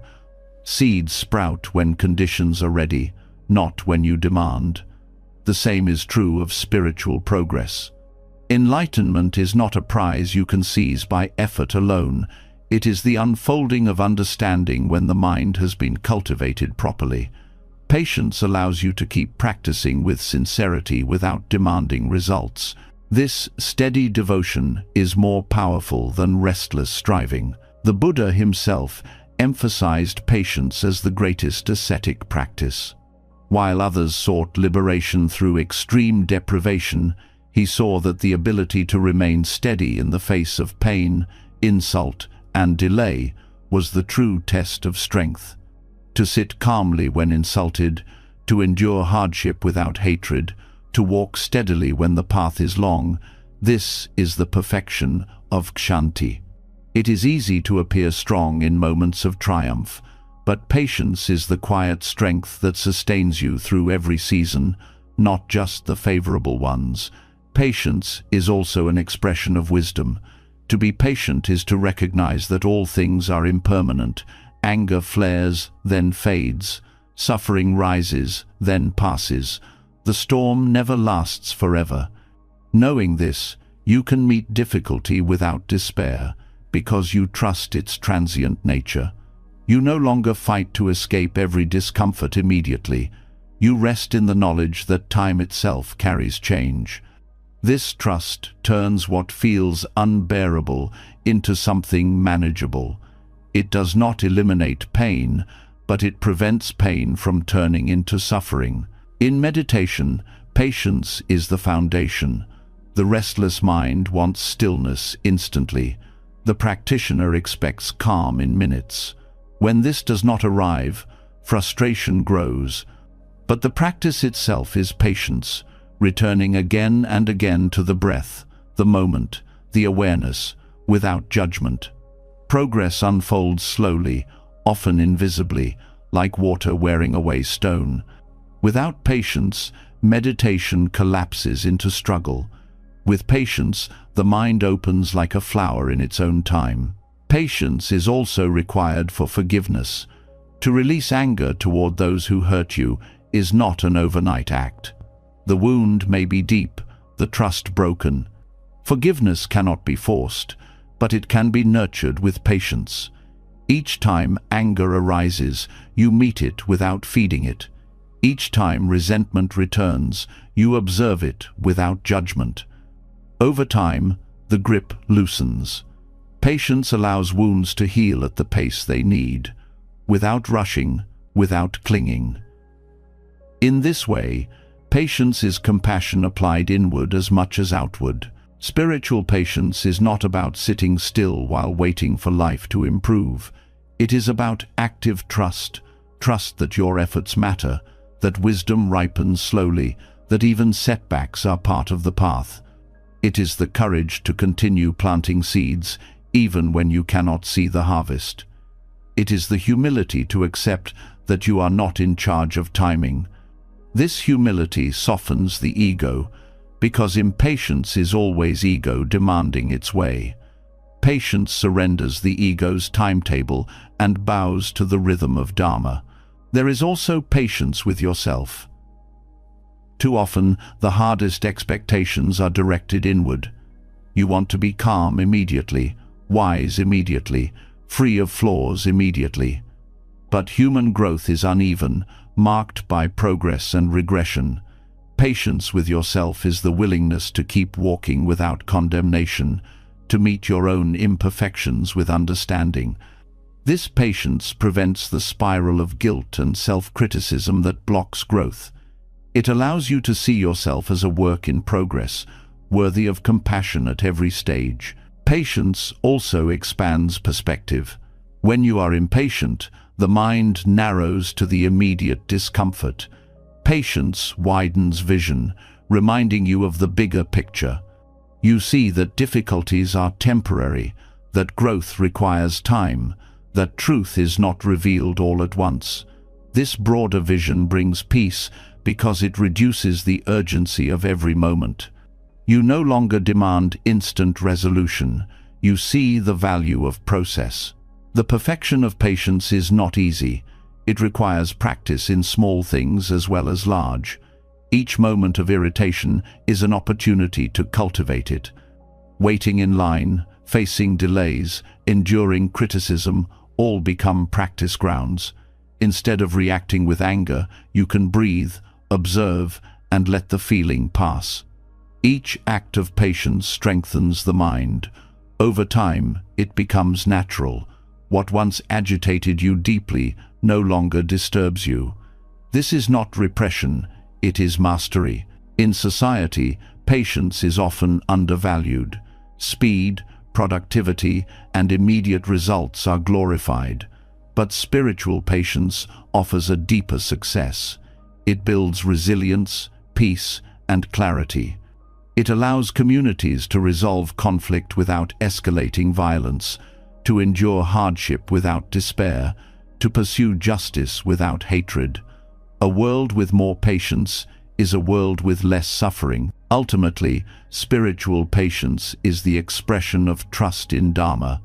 It is the recognition that life unfolds according to truth, not according to personal demand. It is the strength to walk the path steadily, without rushing, without forcing, without despair. It is the gentle but unshakable power that allows the heart to remain open, even in the face of difficulty. To cultivate this perfection is to discover that patience is not waiting for life. It is living fully within it, with trust, with steadiness, and with peace. When the mind learns patience and begins to trust the slow unfolding of the Dharma, another trap reveals itself, one that pulls us away from both patience and presence, the endless grip of what if. These two words are deceptively small, but they carry immense weight. They drag the heart into alternate realities where you replay the past or imagine futures that never come. They create whole worlds of illusion that feel real but exist only in thought. The freedom you long for cannot be found in these phantom landscapes. It can only be discovered here, in the immediacy of this moment, where life is actually lived. The mind drifts easily into what if. You replay mistakes and say, what if I had chosen differently? You rehearse lost opportunities and whisper, what if I had tried harder? You cling to regret and build alternate versions of your life where everything turned out better. Or you project into the future, worrying, what if I fail? What if I lose? What if things go wrong? Each of these thoughts creates a parallel reality, but none of them exist. They bind you to illusions while robbing you of the only reality that does exist, the present. The Buddha described this as part of the wandering nature of the mind.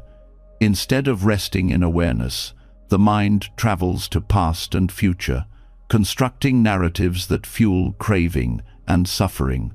When you are caught in what if, you are never free. Regret ties you to what cannot be changed. Fear ties you to what has not yet arrived, and both prevent you from experiencing the peace available right now. Freedom arises when you see these alternate realities for what they are, shadows, not truth, and return to presence. Regret is one of the most painful forms of what if. It convinces you that happiness was lost forever because of a wrong choice or missed chance. Yet regret is based on the illusion that life could have unfolded differently than it did. In reality, each moment arises from countless causes and conditions far beyond your control. To believe it could have been otherwise is to deny the law of dependent origination. Life could not have unfolded any other way because it was the precise outcome of everything that came before. Seeing this does not remove responsibility for your actions, but it releases the false belief that clinging to regret can change the past. Regret dissolves when you understand that the only meaningful choice is the one you make now. Fear is another face of what if. It projects disasters that may never occur, chaining you to anxieties about the future. Fearful what-ifs drain your energy, keeping you from acting with clarity in the present. They magnify uncertainty into catastrophe, yet the future is as empty of fixed reality as the past. It is not yet born. To live in constant fear of what might happen is to live in a dream of suffering. The practice of mindfulness cuts through this illusion. When you anchor yourself in breath, in body, in awareness, you see that the feared outcome is not here. The present is always manageable. It is only the imagined future that feels unbearable. The prison of what if is strengthened by comparison. You look at others and think, what if my life were like theirs? You measure your path against their success, beauty, or happiness, and create alternate stories where you are different. But comparison is based on fragments, not truth. You see only parts of another's life and project your own story onto it. The reality you construct is not real, it is a reflection of longing. When you recognize this, you free yourself from envy. You stop measuring your worth against illusions and return to the reality of your own path. The Buddha taught that clinging to thoughts of past and future is a form of suffering because it denies impermanence. The past is gone, dissolved like a dream upon waking. The future is unborn, uncertain, beyond grasp. Only the present breath, the present step, the present awareness is real. To free yourself from what if is to awaken from the dream of illusion and live where life is truly happening. This does not mean ignoring past lessons or refusing to plan for the future. It means learning from the past without being chained to it and preparing for the future without being consumed by it. Healing from what if requires courage because the mind is addicted to its stories. It takes effort to see them as stories rather than truths. Each time regret or fear arises, the practice is to pause and ask, is this real now, or is it only thought? By naming it, you weaken its grip. By returning to the present, you reclaim your freedom. Over time, the mind learns to rest more often in awareness, less often in illusion. Compassion plays a role here as well. Much of the suffering from what if arises from harshness toward yourself. What if I had been better, smarter, stronger? Compassion answers, you did what you could with the understanding you had. Life unfolded as it did. The lesson now is to forgive yourself, to hold the past with gentleness rather than punishment. Compassion allows you to release the chains of regret and use your energy for growth instead of self-condemnation. Letting go of what if also deepens relationships. Many conflicts persist because people replay the past. What if you had treated me differently? What if I had spoken differently? These rehearsals prevent true reconciliation. By releasing alternate versions of the past, you open to the reality of the present connection. You meet the person before you as they are now, not as they were in your imagined stories. This openness creates space for healing and understanding. Meditation is a direct path to freedom from what if. When you sit, the mind will wander to alternate realities. Instead of fighting, you observe, there is regret, there is fear. You return to the breath, to the body, to presence. Slowly, you train the mind to distinguish between reality and illusion. Over time, the wandering lessens. The mind tastes the peace of resting in what is. Each moment of presence is liberation from countless what-ifs. Life becomes lighter when you stop carrying these alternate realities. You no longer replay endless scenes of the past. You no longer rehearse disasters of the future. You live with clarity, responding to each moment as it comes. Energy once trapped in illusion becomes available for creativity, kindness, and joy. The freedom beyond what if is not a distant goal. It is the simplicity of being here, unchained by shadows. Ultimately, the Dharma shows that what if is only another form of craving. It craves a different past, a different future, a different self. But craving is always unsatisfied because it clings to what cannot be. Detachment dissolves this craving by showing that life is enough as it is, imperfect, impermanent, but real. When you release what if, you do not lose possibility, you gain freedom. You step out of the endless maze of alternate realities and into the living truth of this moment. This freedom is the essence of awakening. It is not found in correcting the past or securing the future, but in letting go of illusions altogether. When the chain of what if falls away, you discover that you were never lacking, never incomplete. You were only distracted by shadows. In presence, there is peace, clarity, and liberation. And in that freedom, the heart rests in the only place it was ever meant to be here. When the mind learns to step beyond the illusions of what if, it begins to see another mystery of life more clearly, the paradox of release. So often, the things you cling to most tightly slip further away, while the things you surrender return in ways you could not have planned. Letting go does not mean abandoning care or losing value. It means allowing space for natural return. The paradox is that release carries its own gravity. When you stop grasping, what is meant for you often circles back, lighter, freer, transformed. Clinging pushes things away because it suffocates. When you hold a person, an opportunity, or even an idea too tightly, the energy becomes heavy, filled with fear and desperation. That energy creates resistance. People feel it as pressure, situations feel it as force, and life itself seems to respond by keeping distance. Release shifts the energy. Instead of clutching, you open your hand. This openness does not repel, it invites. It creates a field where what belongs to you can return without being forced. This is why letting go attracts. It is not about magical thinking, but about alignment with truth. When you let go, you stop acting from fear of loss. You stop projecting desperation into every interaction. You no longer distort reality with constant demand.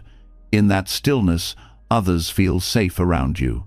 Opportunities flow more easily toward you. Life responds because you are no longer pushing. The very act of non-grasping creates a kind of natural magnetism. Relationships offer the clearest example. When love is clung to, it becomes burdened with control, expectation, and fear. The more you try to hold someone, the more they feel trapped. Release allows love to breathe. When you love freely, without chains, people feel respected and valued. Paradoxically, this freedom often deepens the bond. Some who leave even return, not because you chased them, but because your openness created space for them to rediscover their own choice. What comes back through release is not forced affection, but genuine connection. This principle applies beyond relationships. Think of opportunities. When you chase endlessly after a certain outcome, you may force decisions, push doors, and exhaust yourself, often with little success. But when you let go, acting with sincerity but without desperate attachment, you create space for unexpected possibilities. Sometimes, the very opportunity you thought was lost reappears, reshaped in a way that fits better than before. Letting go does not kill possibility. It clears the path for alignment. The Buddha taught that craving creates suffering, but he also taught that non-attachment brings freedom. What is often missed is that this freedom does not repel life's goodness, it draws it more deeply.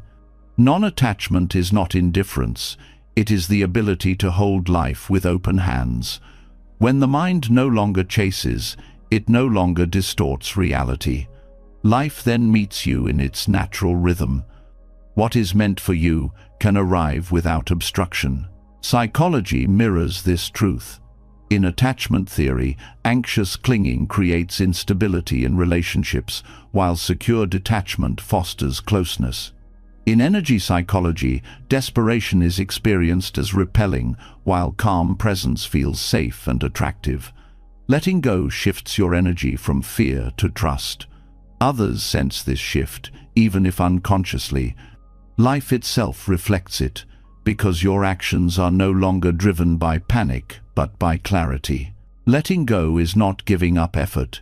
You still plant seeds, take steps, and live fully, but you release the demand that results arrive exactly as you imagine. This surrender opens doors you could not have forced. Many people discover that once they stop obsessing over a goal, progress happens naturally. The job call arrives after they release worry. The creative idea flows when they stop forcing.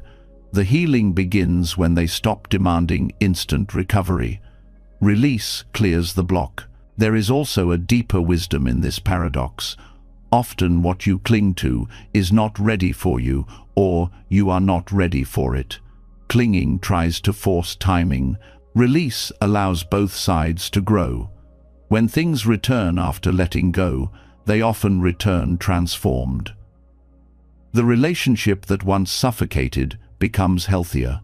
The opportunity that once seemed lost appears in a better form.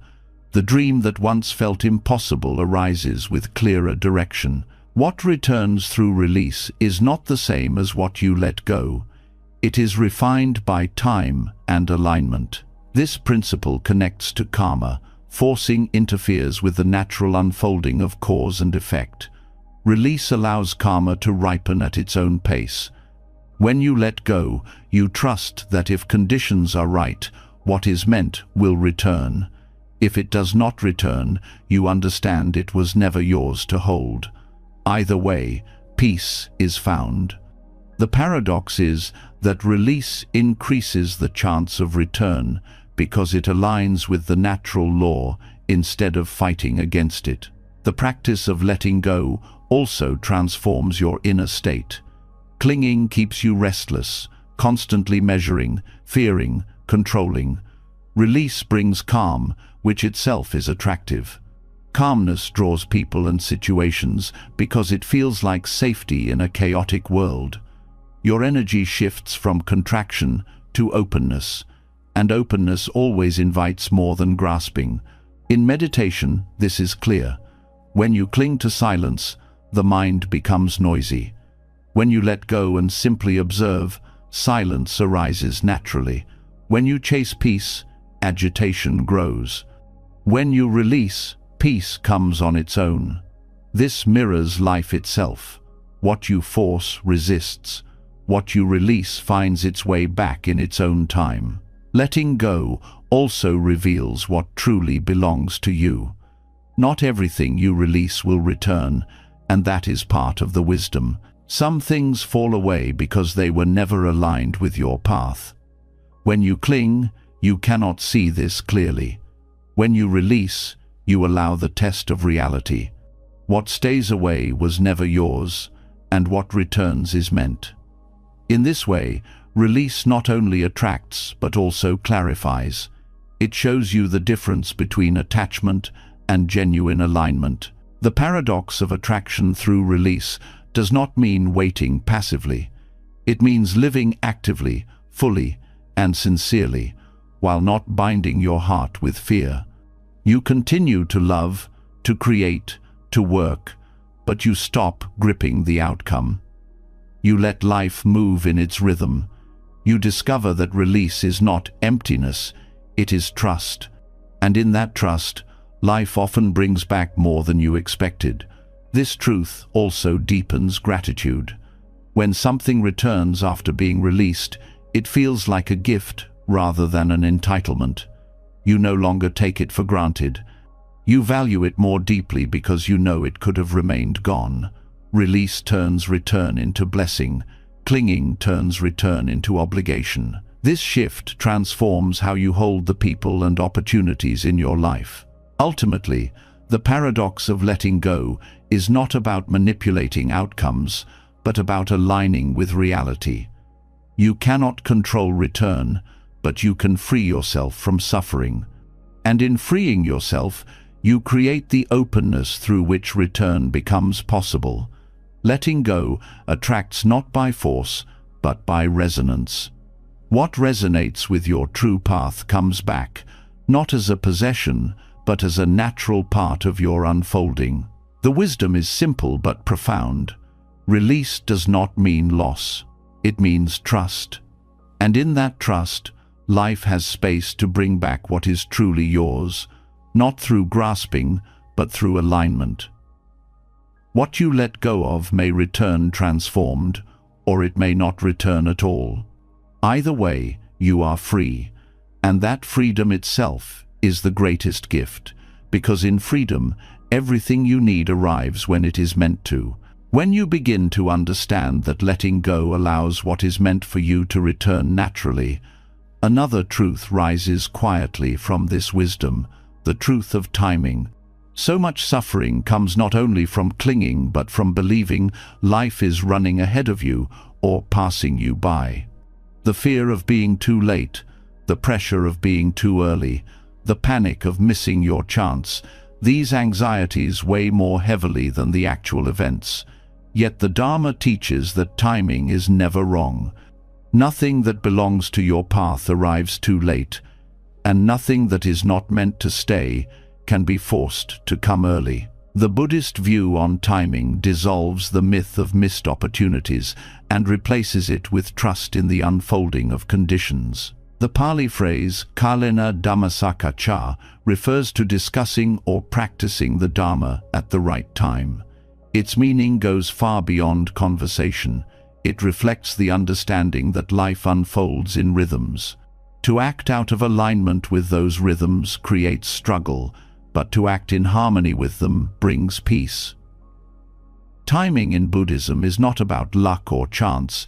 It is about the ripening of conditions. When causes and conditions align, results appear. When they do not, forcing only creates suffering. This perspective dissolves anxiety because it reminds you that what has not arrived is not late. It is simply unripe. The obsession with being early or late is rooted in comparison. You look at the lives of others and believe you are behind, or you believe you have wasted time.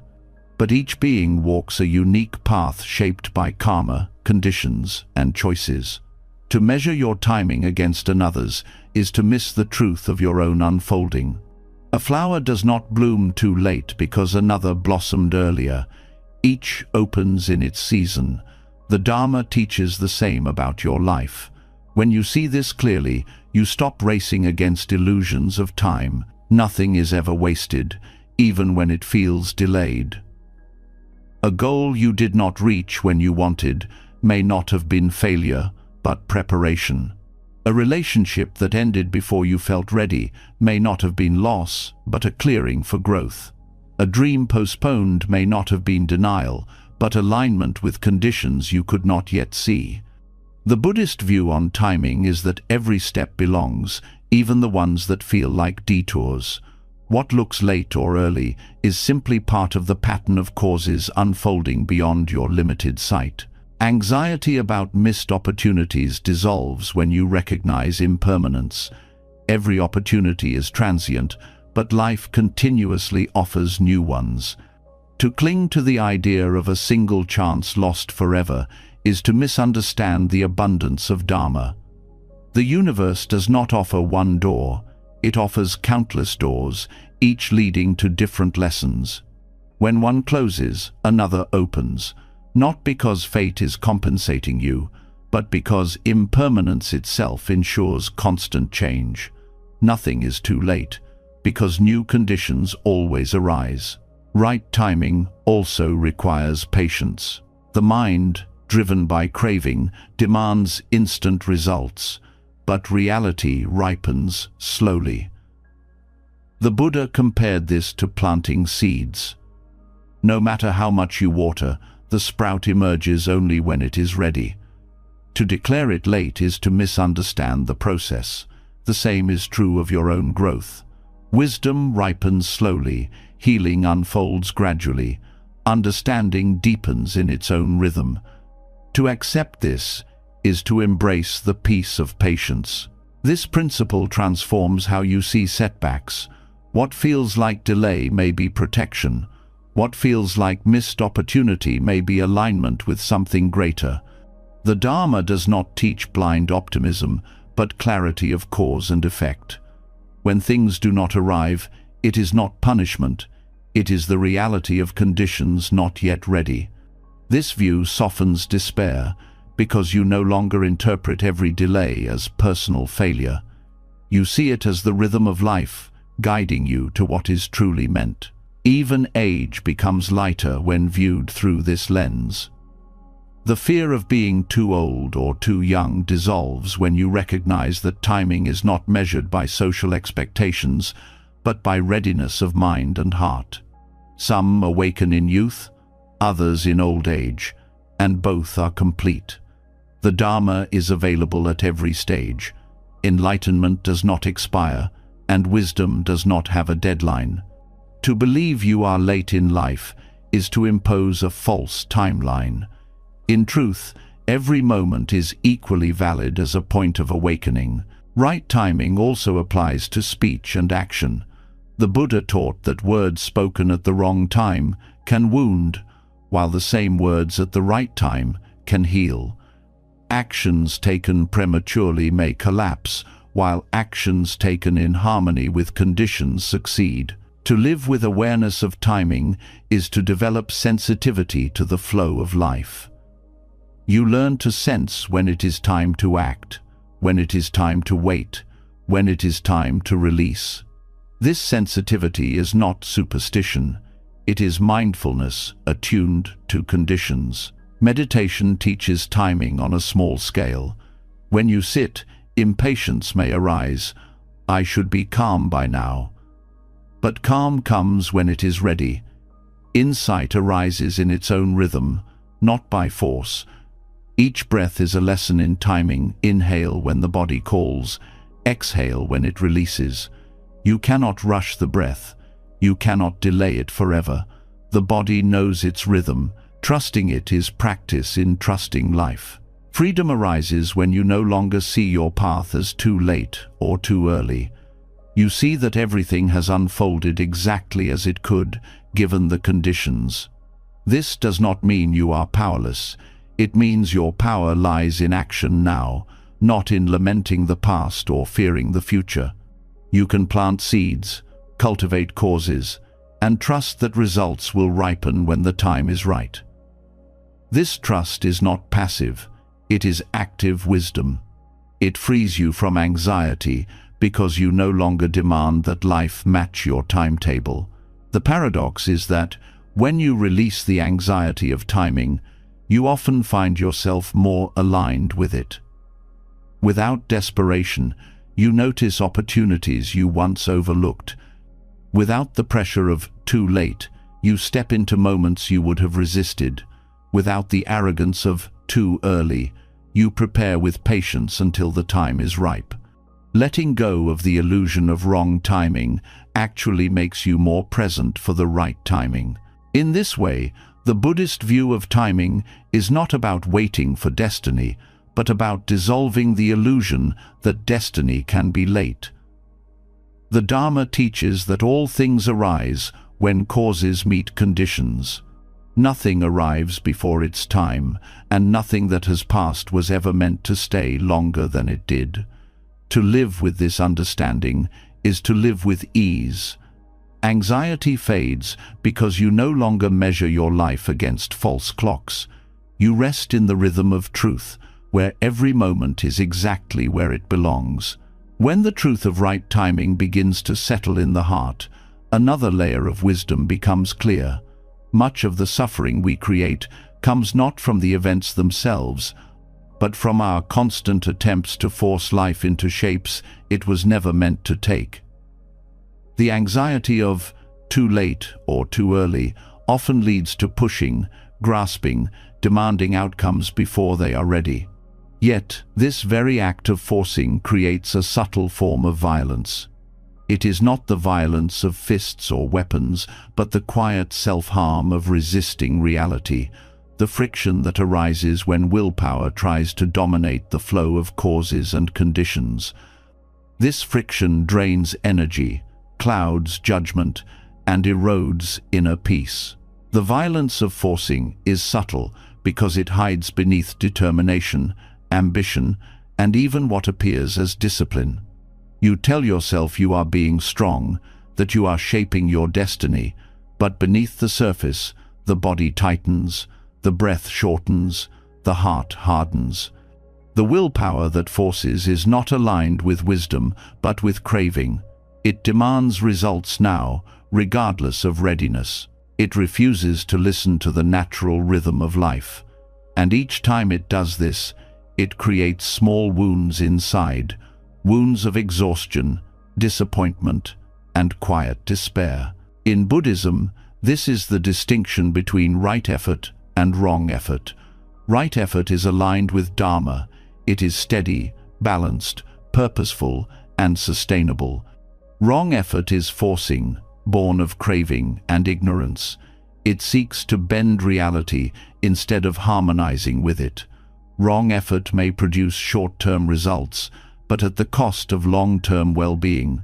The subtle violence is not only against yourself but also against others, because forcing outcomes often means pressuring people, manipulating situations, and ignoring natural boundaries. Consider how this appears in relationships. When you try to force someone to stay, to love you in a certain way, or to meet your expectations, you may succeed temporarily through pressure or persuasion. But the result carries friction. The connection loses authenticity, the energy becomes strained, and both hearts suffer. Forcing may create compliance, but it cannot create genuine love. The subtle violence lies in denying the other person their freedom, and in denying yourself the peace of acceptance. In personal growth, forcing shows up as impatience with yourself. You demand instant transformation, immediate wisdom, flawless discipline. You push through fatigue, ignore emotions, and berate yourself when progress feels slow. This harshness may appear as dedication, but it is a form of self-violence. The path of Dharma is not quick or linear. Forcing your growth misunderstands its nature. True transformation unfolds through patient practice, not through violence against your own humanity. The body bears the weight of forcing. Stress accumulates in muscles, sleep is disturbed, and illness arises when the mind demands more than the body can provide. Countless people exhaust themselves with forced productivity, believing their worth is measured by output. The violence here is subtle but real. The nervous system is constantly overcharged, and the body pays the price. Letting go of forcing does not mean laziness.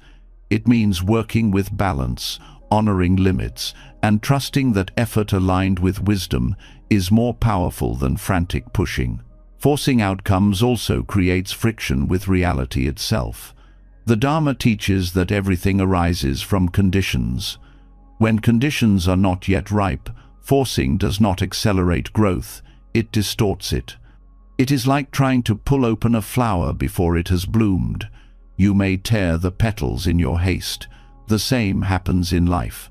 By pushing for results prematurely, you damage the natural unfolding. The violence here is against truth itself, as though your will could overpower impermanence and interdependence. This friction extends to the mind. Forcing creates constant conflict between expectation and reality. The more you push, the more reality resists. The result is agitation, anger, and despair. Instead of flowing with life, you are at war with it. This war is exhausting, because reality always wins. The subtle violence lies in refusing to accept this, in bruising your own heart against the unyielding walls of truth. Even spiritual practice can become distorted by forcing. Many practitioners, eager for enlightenment, push themselves with extreme discipline, expecting visions, peace, or powers. They measure their progress constantly and become frustrated when results do not appear. This forcing blocks the very insight they seek. The mind that grasps cannot see clearly. The subtle violence here is against the spirit itself, because the path is meant to bring liberation, not more chains of craving. True practice is steady, sincere, and free of force. The irony is that forcing often delays what you want. When you push, you create resistance. When you grasp, you narrow your vision. The opportunity may be near, but you miss it because you are fixated on controlling it. When you release forcing, clarity returns. You see options you overlooked, and results often arrive more smoothly. The paradox is that non-forcing often achieves more than forcing, because it moves in alignment with conditions rather than against them. The Buddha himself modeled this wisdom. Before enlightenment, he practiced extreme asceticism, forcing his body into weakness and near death. He believed that by denying every need, he could conquer craving. But he realized that this forcing was another form of violence, another extreme. he abandoned it and embraced the middle way, where effort is balanced, sustainable, and compassionate. Enlightenment came not through force but through alignment. His life is the clearest testimony that forcing outcomes leads to suffering, while harmony leads to liberation. The subtle violence of forcing is also emotional. When you demand that life be different, you deny yourself the compassion of presence. You reject your current state, saying it is not enough. This rejection creates inner conflict, a division within. Instead of nurturing yourself, you push yourself away. Over time, this creates loneliness even within your own heart. Letting go of forcing means embracing yourself as you are, while still walking the path of growth. It is self-kindness, not self-rejection, that heals. Socially, forcing creates harm on larger scales. Leaders who force agendas without alignment with conditions cause conflict and division. Societies that force productivity at the expense of human well-being create burnout and inequality. Even well-meaning reforms, when forced without patience for natural adaptation, create backlash. The Dharma's wisdom of timing and non-forcing applies not only to individuals but to communities. Forcing creates resistance at every level. Alignment creates harmony. To release forcing is not to abandon effort. It is to replace struggle with skillfulness. It is to act with clarity, to move when the time is right, and to trust the process when it is not. This requires humility, because the ego thrives on control. To stop forcing is to admit that you are not the master of all conditions. It is to bow to the larger rhythm of life, to accept that your will alone cannot bend reality. This humility is not weakness, it is wisdom. Meditation again shows this truth clearly. When you force the mind to be silent, it rebels. When you allow thoughts to arise and pass, silence comes naturally. When you force breath to follow your command, it becomes uneven. When you simply observe, it deepens on its own. This is the daily lesson. Force creates friction. Release creates peace. The path forward is not about eliminating effort, but about transforming it. Right effort is gentle but steady, powerful without being harsh, resilient without being violent. It is effort born of love for truth, not fear of failure. This effort does not wound, it nourishes. It does not exhaust, it sustains. When you live with this kind of effort, you discover that progress is smoother, relationships are freer, and the heart is lighter. The subtle violence of forcing outcomes dissolves when you embrace trust. Trust that life unfolds in its rhythm. Trust that your sincere actions are enough. Trust that what is meant will arrive without your desperate pushing. This trust softens the heart, relaxes the body, and clears the mind. It allows you to walk the path with peace rather than tension. In the end, forcing is violence because it denies truth. Release is healing because it accepts truth. To let go of forcing is to stop harming yourself, to stop fighting the Dharma, and to begin living in harmony with it.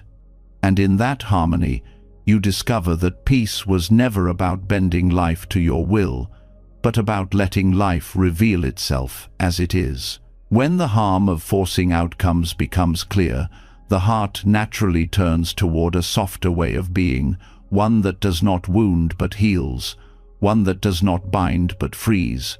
This is where detachment transforms into compassion.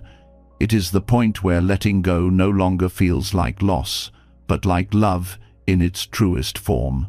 Love that does not clutch, does not demand, does not make the other into property, but flows freely like water, nourishing everything it touches. To love without owning is not less love. It is deeper, purer, more enduring, because it rests on freedom rather than fear. The ordinary way of loving is often entangled with grasping. You hold people tightly because you fear losing them. You attach conditions to affection. You equate love with control. This love may feel intense, but beneath its surface lies anxiety. The more you own, the more you fear being robbed. The more you cling, the more fragile the bond becomes. When detachment enters, the fear begins to dissolve. You still care, you still give, but your heart no longer tries to cage what it loves. This opens space for compassion to flourish, because compassion asks nothing in return. Compassion is love expanded. It is love that sees beyond self-interest. When detachment clears away the fog of craving, compassion shines through naturally. You no longer ask, "How can this person satisfy me?" Instead, you ask, "How can I bring ease to their suffering?" This shift deepens connection. Relationships that once strained under ownership become lighter because they are no longer burdened by conditions. The bond is not weakened by detachment, it is strengthened because it is grounded in freedom. This kind of love is not about withdrawal. Detachment does not mean coldness or indifference. It means you care fully, but without grasping. You allow the other to be themselves, to grow, to change, even to leave, without making their choices a threat to your worth. This is why it creates lasting connections, because people feel safe where they are not controlled. They trust love that does not suffocate. They return to love that does not chain them. When detachment becomes compassion, even pain transforms. Loss is still felt, but it does not destroy you. Instead of collapsing into grief because you cannot own permanence, you meet loss with understanding. You grieve with open eyes, honoring what was without demanding it stay. This compassion extends to yourself as well. You release guilt for not being able to hold on. You accept impermanence, not as cruelty, but as truth. In this way, even sorrow deepens your capacity to love. The Buddha often taught that true love is rooted in the wish for others to be free from suffering. This wish is not dependent on them meeting your needs. It is unconditional. Detachment allows you to embody this, because you are no longer trapped in craving. Compassionate love says, "May you be well, whether or not you stay, whether or not you love me back." Such love may sound rare, but it is possible, because it arises not from possession, but from the heart's natural openness when freed from attachment. This form of love also dissolves conflict. Much of the tension in relationships comes from unmet demands, expectations of behavior, promises of permanence, illusions of control. When you let go of these, peace replaces conflict. You can listen without defensiveness, support without manipulation, and forgive without keeping score. Compassionate love is resilient because it does not depend on conditions. It remains steady through change because it is not tied to ownership. Parents often discover glimpses of this love. To raise a child well is to nurture them, guide them, and then allow them to walk their own path. Clinging to control creates rebellion or dependence, but releasing into compassion allows growth. The same is true of friendships, partnerships, and communities. When you love without owning, you give the greatest gift possible, freedom to be. And in return, trust and gratitude deepen bonds more than control ever could. Detachment becoming compassion also changes how you see yourself. Often you treat yourself harshly, demanding perfection, ownership of outcomes, control of every flaw. But when you release attachment to a fixed identity, compassion turns inward. You begin to love yourself without conditions. You forgive mistakes, accept imperfections, and allow growth. This inner compassion radiates outward, because how you treat yourself shapes how you treat others. In spiritual practice, this transformation is essential. Many practitioners begin with attachment to enlightenment itself. clinging to the idea of becoming wise or peaceful. But over time, detachment softens this grasping. The practice stops being about personal achievement and becomes about compassion for all beings. The goal is no longer to escape suffering for yourself alone, but to help alleviate suffering wherever it is found. This is the natural evolution of love, when detachment clears the ground. The paradox is that detachment, which many fear will weaken love, actually strengthens it. Possessive love fades when conditions change. Compassionate love endures because it is not bound by conditions. It can hold joy and sorrow, presence and absence, gain and loss, all without breaking. It is love that expands instead of contracts, that heals instead of wounds, that endures because it is free. When detachment becomes compassion, the way you relate to the world shifts. Strangers become part of your circle of care. Enemies soften in your perception because you see their suffering beneath their actions. Even animals, plants, and the earth itself receive your attention because love no longer excludes. Compassion does not stop at boundaries. It flows endlessly outward because it does not cling inward. This is why detachment is not the end of love, but the beginning of its highest form. When you let go of ownership, love becomes limitless. It ceases to be a transaction and becomes a way of being. To love without owning is to embody the freedom you wish for yourself and for others. It is to walk in the world with a heart unchained, offering care without fear, generosity without demand, presence without possession. And in this way, compassion, rooted in detachment, is not only the purest love, but also the strongest. It cannot be broken by loss, time, or change, because it is not dependent on them. It is love that endures because it does not grasp. It is love that heals because it does not wound. It is love that liberates because it does not imprison. This is the love the Dharma calls us toward, the love that arises when the hands of clinging finally open, and what flows out is compassion without end. When love is freed from ownership and transformed into compassion, another hidden thread becomes easier to see: the deep human craving for control. Even when we stop trying to possess others, the mind still wants to direct outcomes, to bend life toward its own preferences, to believe it can manage every detail of existence.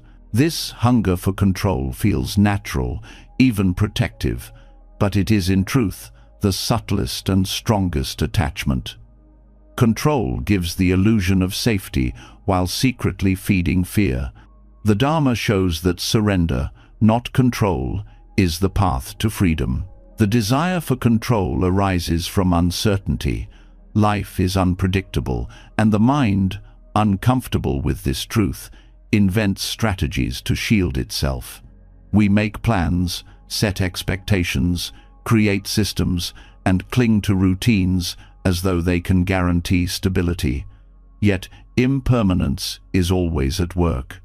No matter how much control we think we have, life unfolds according to countless conditions beyond our reach. The more we tighten our grip, the more anxious we become, because reality cannot be tamed. This is why control is such a powerful attachment. Unlike possessions or relationships, which are easier to see, control disguises itself as responsibility, strength, or wisdom. We call it discipline, management, or planning. These qualities can be useful, but when driven by fear, they become prisons. Control convinces us that if we hold tightly enough, we can avoid pain. Yet clinging to control does not prevent pain, it multiplies it, because every disruption feels like failure. In relationships, control is one of the most damaging illusions. You may not call it control, you may call it care, guidance, or protection. But when you dictate how someone should act, think, or feel, you are clinging not to love, but to the illusion of ownership. This suffocates both people. The controlled feel trapped, and the controller feels constant frustration when reality refuses to comply. Compassion cannot coexist with control, because compassion gives space. Control takes it away. Control also distorts how we see ourselves. The ego feeds on the belief that it is the master of life. I did this, it says. I made this happen. Success inflates the illusion of control, while failure feels unbearable because it threatens that identity. In truth, every outcome is the result of countless causes' effort, yes, but also timing, conditions, and the choices of others. To believe you are in full control is to ignore interdependence. To surrender this illusion is to see clearly that you are part of a vast web of causes, not the sole author of your story. The suffering of control shows itself in small ways every day. You expect the traffic to flow smoothly, the weather to match your plans, the people around you to behave as you wish. When they do not, irritation rises. These are small reminders of the truth. Reality is not yours to command. When the mind accepts this, peace arises. When it resists, suffering deepens. The irritation itself is the friction of control colliding with impermanence. Even spiritual practice can become tangled with control. Many approach meditation with the belief that they can force stillness, demand insight, or control the mind into silence. But the very act of forcing blocks the practice. True meditation is surrender, observing thoughts without clinging, allowing the mind to settle naturally. Insight arises when control relaxes, not when it tightens. This is why surrender to Dharma is essential. The path opens only when you stop demanding that it match your timetable. The illusion of control also affects how we face suffering. Pain becomes heavier when we believe we should have prevented it. Loss becomes unbearable when we think we could have controlled it. Regret grows from the illusion that we should have managed life better. But suffering is not proof of failure. It is proof of being alive in an impermanent world. To see this is to soften self-blame. To accept this is to stop fighting what cannot be controlled and to focus instead on meeting life with compassion. In the larger world, the illusion of control drives conflict. Nations try to dominate each other. Organizations cling to power. Individuals impose their will on communities. Yet, control on this scale creates cycles of resistance and suffering. The Dharma teaches interdependence. No being, no nation, no group exists in isolation. Control ignores this truth, and so it always collapses eventually. The stronger the grip, the harder the fall. History itself is filled with the lessons of failed control. To surrender control is not to abandon effort or responsibility. It is to act with clarity while accepting impermanence. You continue to plant seeds, nurture relationships, and fulfill duties, but you release the demand for total authority over outcomes. This is humility before reality. It is the recognition that life cannot be bent to your will, no matter how strong your plans. Surrender is not weakness, it is alignment with truth. The body shows the difference between control and surrender. Control tightens muscles, quickens breath, and raises the heart rate. Surrender softens the body, deepens the breath, and calms the heart. One consumes energy, the other restores it. In this way, surrender is not passive, it is active wisdom. It conserves strength for what truly matters, instead of wasting it on impossible battles. When you release control, space opens for creativity. Control narrows vision, locking you into one outcome. Surrender broadens vision, allowing you to see possibilities you would have missed. Many discoveries, insights, and connections arise not when control dominates, but when you let go of rigid plans and remain open. This openness attracts alignment, because life flows more smoothly where there is space. The deepest surrender is to Dharma itself. Dharma is the law of reality, the truth of impermanence, interdependence, and cause and effect. When you cling to control, you deny Dharma. You believe you can override truth with will. When you surrender to Dharma, you step into alignment with what already is. You stop fighting impermanence, stop denying interdependence, and stop clinging to outcomes. This surrender is liberation, because nothing can disturb you when you no longer demand control. Ultimately, the illusion of control is the ego's last fortress. To dismantle it is to step into true freedom. You see that security does not come from bending reality, but from trusting it. Peace does not come from controlling conditions, but from aligning with them. Love does not come from ownership, but from compassion. And wisdom does not come from domination, but from surrender. When this truth is lived, life becomes lighter. The storms of change no longer feel like enemies. The unpredictability of the future no longer feels like threat. You no longer waste energy trying to hold the unholdable. Instead, you walk with ease, act with clarity, and trust that Dharma carries you. In this trust, you discover that surrender was never loss. It was freedom all along. When the illusion of control finally begins to loosen its grip, the heart discovers another dimension of freedom, the quiet strength of stillness. Once you stop believing that peace comes from managing every outcome, you open to a deeper truth. Silence itself carries a wisdom that striving can never produce. Silent trust is not about doing nothing. It is about resting in alignment with reality so completely that life unfolds without the need for constant interference. This stillness speaks louder than all the frantic words and restless actions we pour into the world. Striving often looks powerful, but beneath it lies agitation. The mind races, the body tenses, and the heart never finds rest.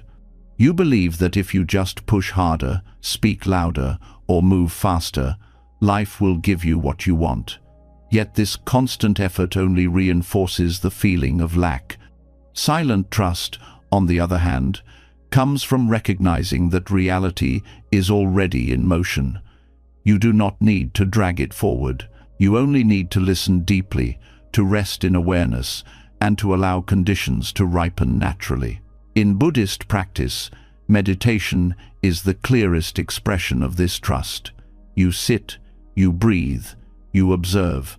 Thoughts rise and fall, emotions come and go. When you do not react, when you do not grasp or resist, a quiet power emerges. The mind becomes steady, the heart becomes open, and the body relaxes. This stillness is not emptiness in the sense of absence, it is fullness, a presence so complete that nothing needs to be added. In this silence, insights appear without effort, like ripples forming on still water. The strength of silent trust is seen in non-reactivity. When insulted, the reactive mind rushes to defend itself. When threatened, it strikes back. When praised, it clings to approval. Each reaction chains you to the actions of others, but when you rest in silence, you are free. You hear words without being captured by them. You see events without being enslaved by them. This non-reactivity is not weakness, but mastery. It allows you to respond wisely instead of reacting blindly. The world often mistakes silence for passivity, but in truth, silence can be the most powerful statement. To meet anger with calm, to meet chaos with composure, to meet uncertainty with stillness, these actions shift the energy of situations more deeply than arguments or force ever could. Silent trust is not inaction. It is action without struggle. It is the quiet refusal to be pulled into cycles of fear and craving. In relationships, silent trust creates depth. Words are necessary, but constant explaining demanding, and proving erode connection. When two people can sit together in silence without discomfort, it shows a bond beyond need. Trust does not always need speech. Sometimes the absence of reaction speaks more clearly than the loudest declaration. Detachment makes this possible because you are not clinging to control or outcome. Compassion deepens it because you are fully present without imposing. Silent trust also transforms how you meet time. Striving rushes you forward, impatient for results. Silence anchors you in the present, where life is actually unfolding. This does not mean you abandon effort. It means your effort is rooted in calm rather than panic. The artist who waits in silence for inspiration, the farmer who trusts the seasons, the meditator who allows the mind to settle, all embody the same principle. Timing belongs to reality, not to control. The body itself teaches this lesson. Healing often happens most effectively in rest. Muscles repair during stillness, wounds close when the body is allowed to recover. Forcing activity too soon delays healing. The same is true for the heart and mind. Emotional wounds do not mend by constant analysis or relentless striving. They mend when silence allows space for clarity, forgiveness, and acceptance. Silent trust is the environment where true healing takes root. This trust also extends to the unfolding of karma. You cannot control how quickly results appear, nor can you dictate the shape they take. Silent trust accepts that causes and conditions ripen in their own rhythm. By resting in stillness, you allow karma to reveal itself without interference. This does not mean doing nothing. It means acting skillfully and then releasing the demand for immediate return. In this way, silence honors the truth of cause and effect more deeply than striving ever can. There is also beauty in the humility of silent trust. Striving often comes from the ego's need to prove itself. Silence, however, admits that truth is larger than you. It bows to the mystery of life instead of trying to master it. This humility is not defeat, it is liberation. It frees you from the exhausting burden of needing to control or explain everything.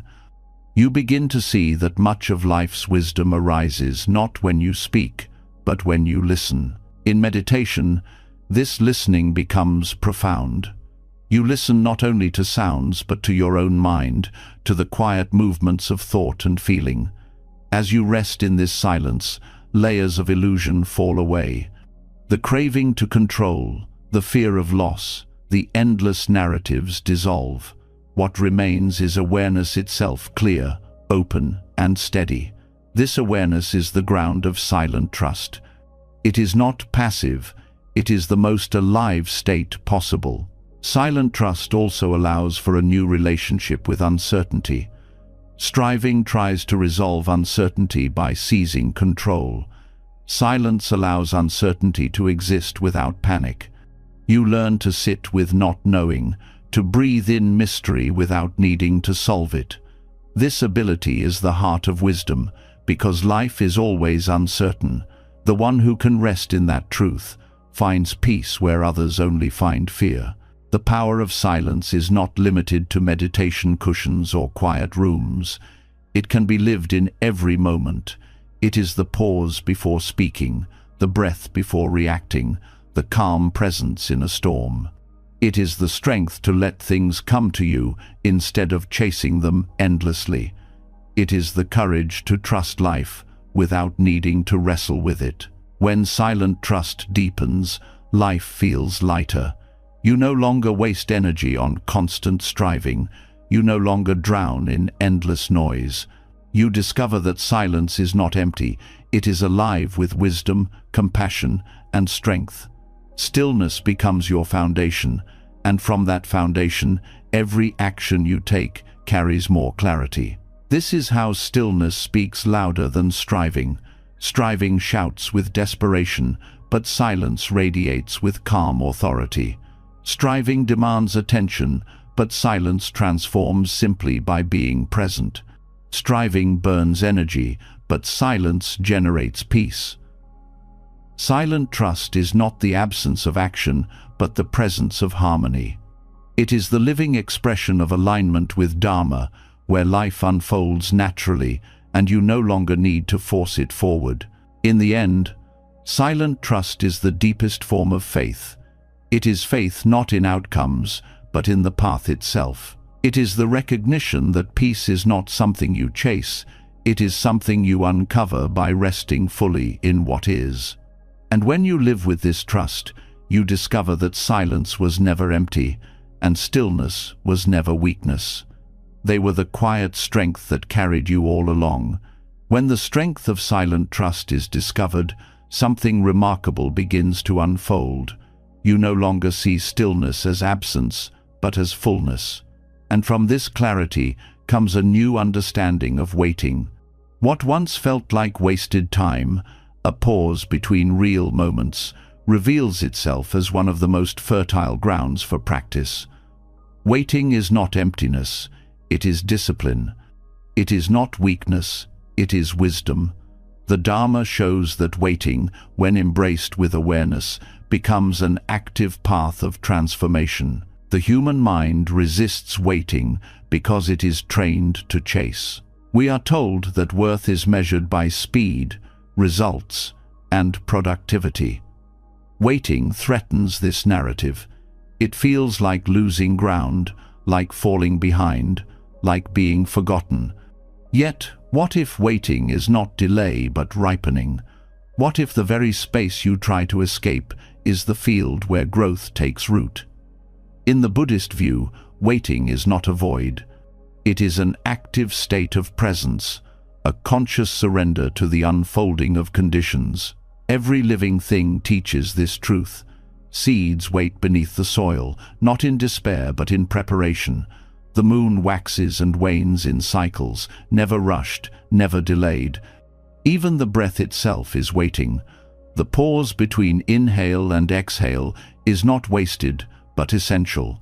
Without that space, there is no rhythm. In the same way, waiting in life creates rhythm, allowing experiences to mature, wisdom to deepen, and clarity to appear. To rush is to disrupt the cycle. To wait with awareness is to align with it. The Dharma of waiting is rooted in patience, but it goes further. Patience endures, waiting participates. When you wait with awareness, you are not idle. You are actively training the mind to stay present without clinging to outcome. You are cultivating trust that conditions ripen when the time is right. You are building resilience by refusing to collapse into frustration. Waiting becomes practice when you treat it as fertile space rather than dead space. This perspective transforms daily life. Long lines, delays, pauses between opportunities, these moments often trigger irritation, but when seen through Dharma, they are invitations. In waiting, you can return to breath. In waiting, you can observe craving. In waiting, you can notice impatience itself and study how it arises and dissolves. Each delay becomes a teacher, showing you where the mind resists reality. Instead of fighting time, you learn to flow with it. Waiting also reveals attachment.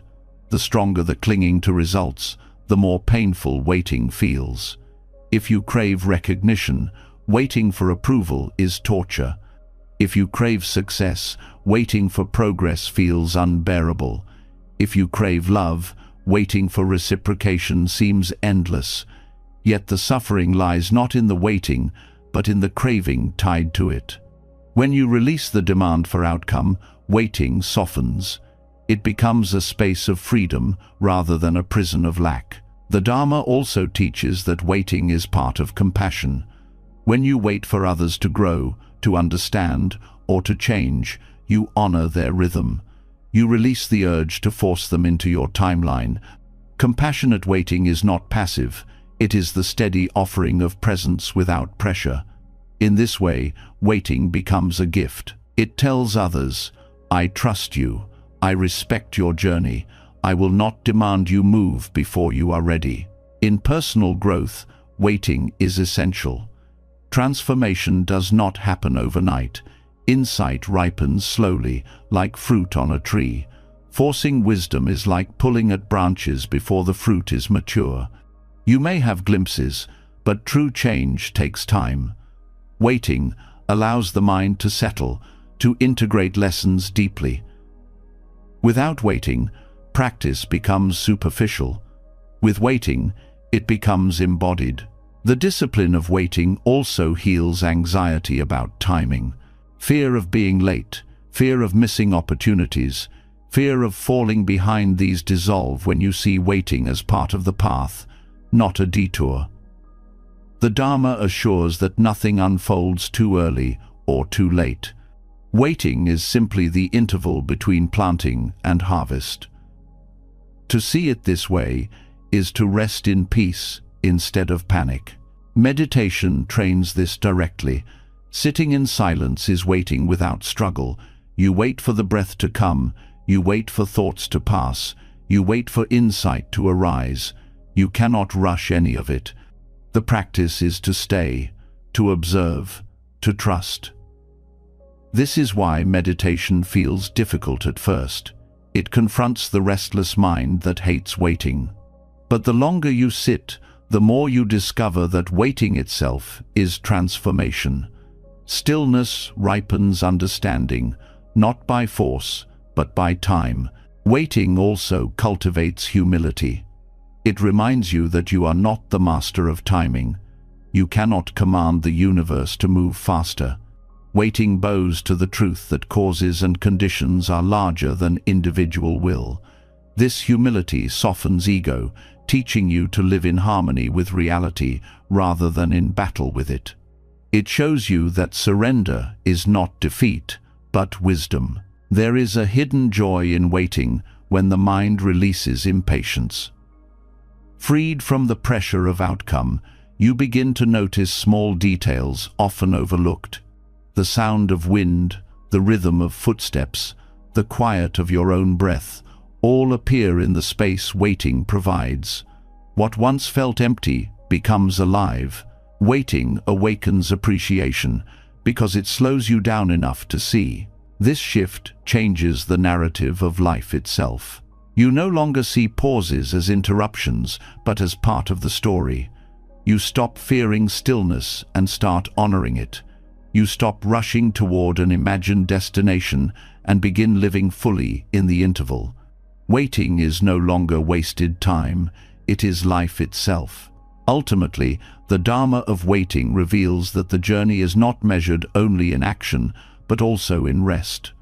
The path is not just in moving forward, but in pausing with awareness. Waiting is practice because it teaches presence, patience, humility, and trust. It turns delays into opportunities and silence into wisdom. When you live this way, waiting ceases to feel like punishment. It becomes a rhythm, a breathing space, a gift. You begin to see that nothing was ever delayed, nothing was ever wasted. Waiting was not an absence of life, it was life unfolding, teaching you that every moment, even the still ones, is full of Dharma. When the discipline of waiting is finally understood as fertile ground rather than wasted time, another doorway quietly opens, one that leads not only to peace, but to creation itself. For what arises in waiting is space, and space is the birthplace of inspiration. This is where detachment reveals one of its most unexpected gifts: creativity. When you stop gripping outcomes, when you release the need for certainty, you invite something larger than yourself to flow through you. Detachment is not only freedom from suffering, it is also the door through which spontaneous artistry enters. Creativity suffers most under pressure. The mind that clings to results demands perfection, fears mistakes, and tries to control every detail. In this state, ideas wither before they can breathe. The more you force brilliance, the further it retreats. This is the same truth seen across the Dharma. Forcing life creates friction.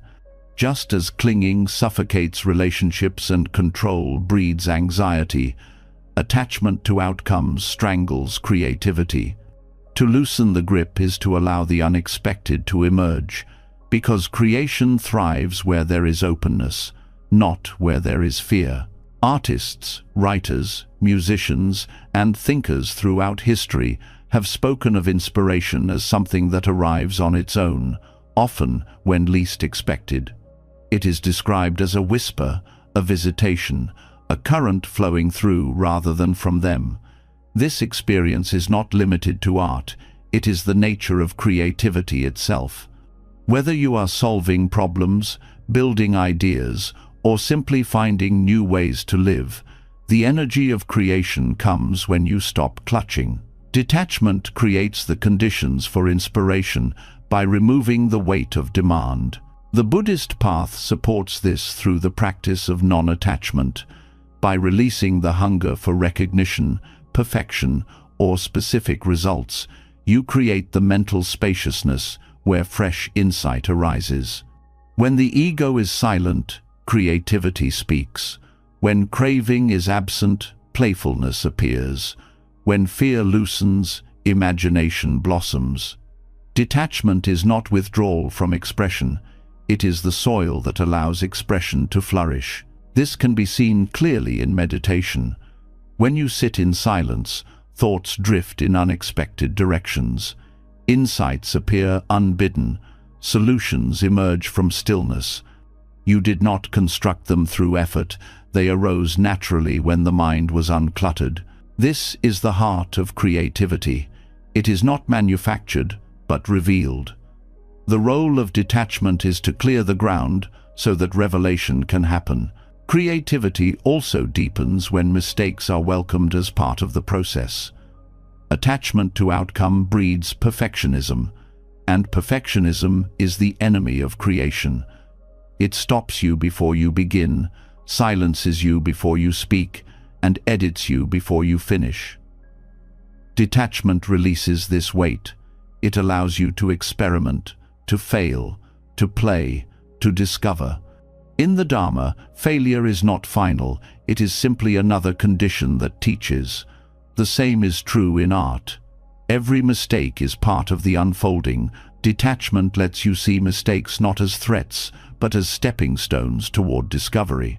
This principle applies to more than art. In problem solving, detachment allows for flexible thinking. A mind locked in attachment sees only one path. A detached mind is open to alternatives. This openness is where innovation comes from.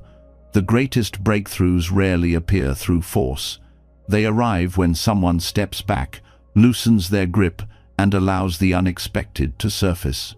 Detachment expands possibility by refusing to cling to a single vision. In relationships, too, creativity emerges when attachment softens. Conversations become more alive when you stop trying to control them. New ways of connecting appear when you release rigid expectations. Even love itself becomes creative, constantly reinventing how to express care when it is freed from ownership. Detachment makes space for novelty, for surprise, for growth. Connection becomes artistry when it is not bound by fear. The paradox is that detachment gives you access to creativity precisely because it quiets the ego. Creativity is not about the self being grand, but about the self being open. When you cling to recognition or success, you shrink the space through which inspiration flows. When you detach from these demands, you become a vessel. The art, the idea, the solution moves through you without obstruction. This is why so many describe creativity as a gift or grace. It is less about possession and more about participation. Even science echoes this truth.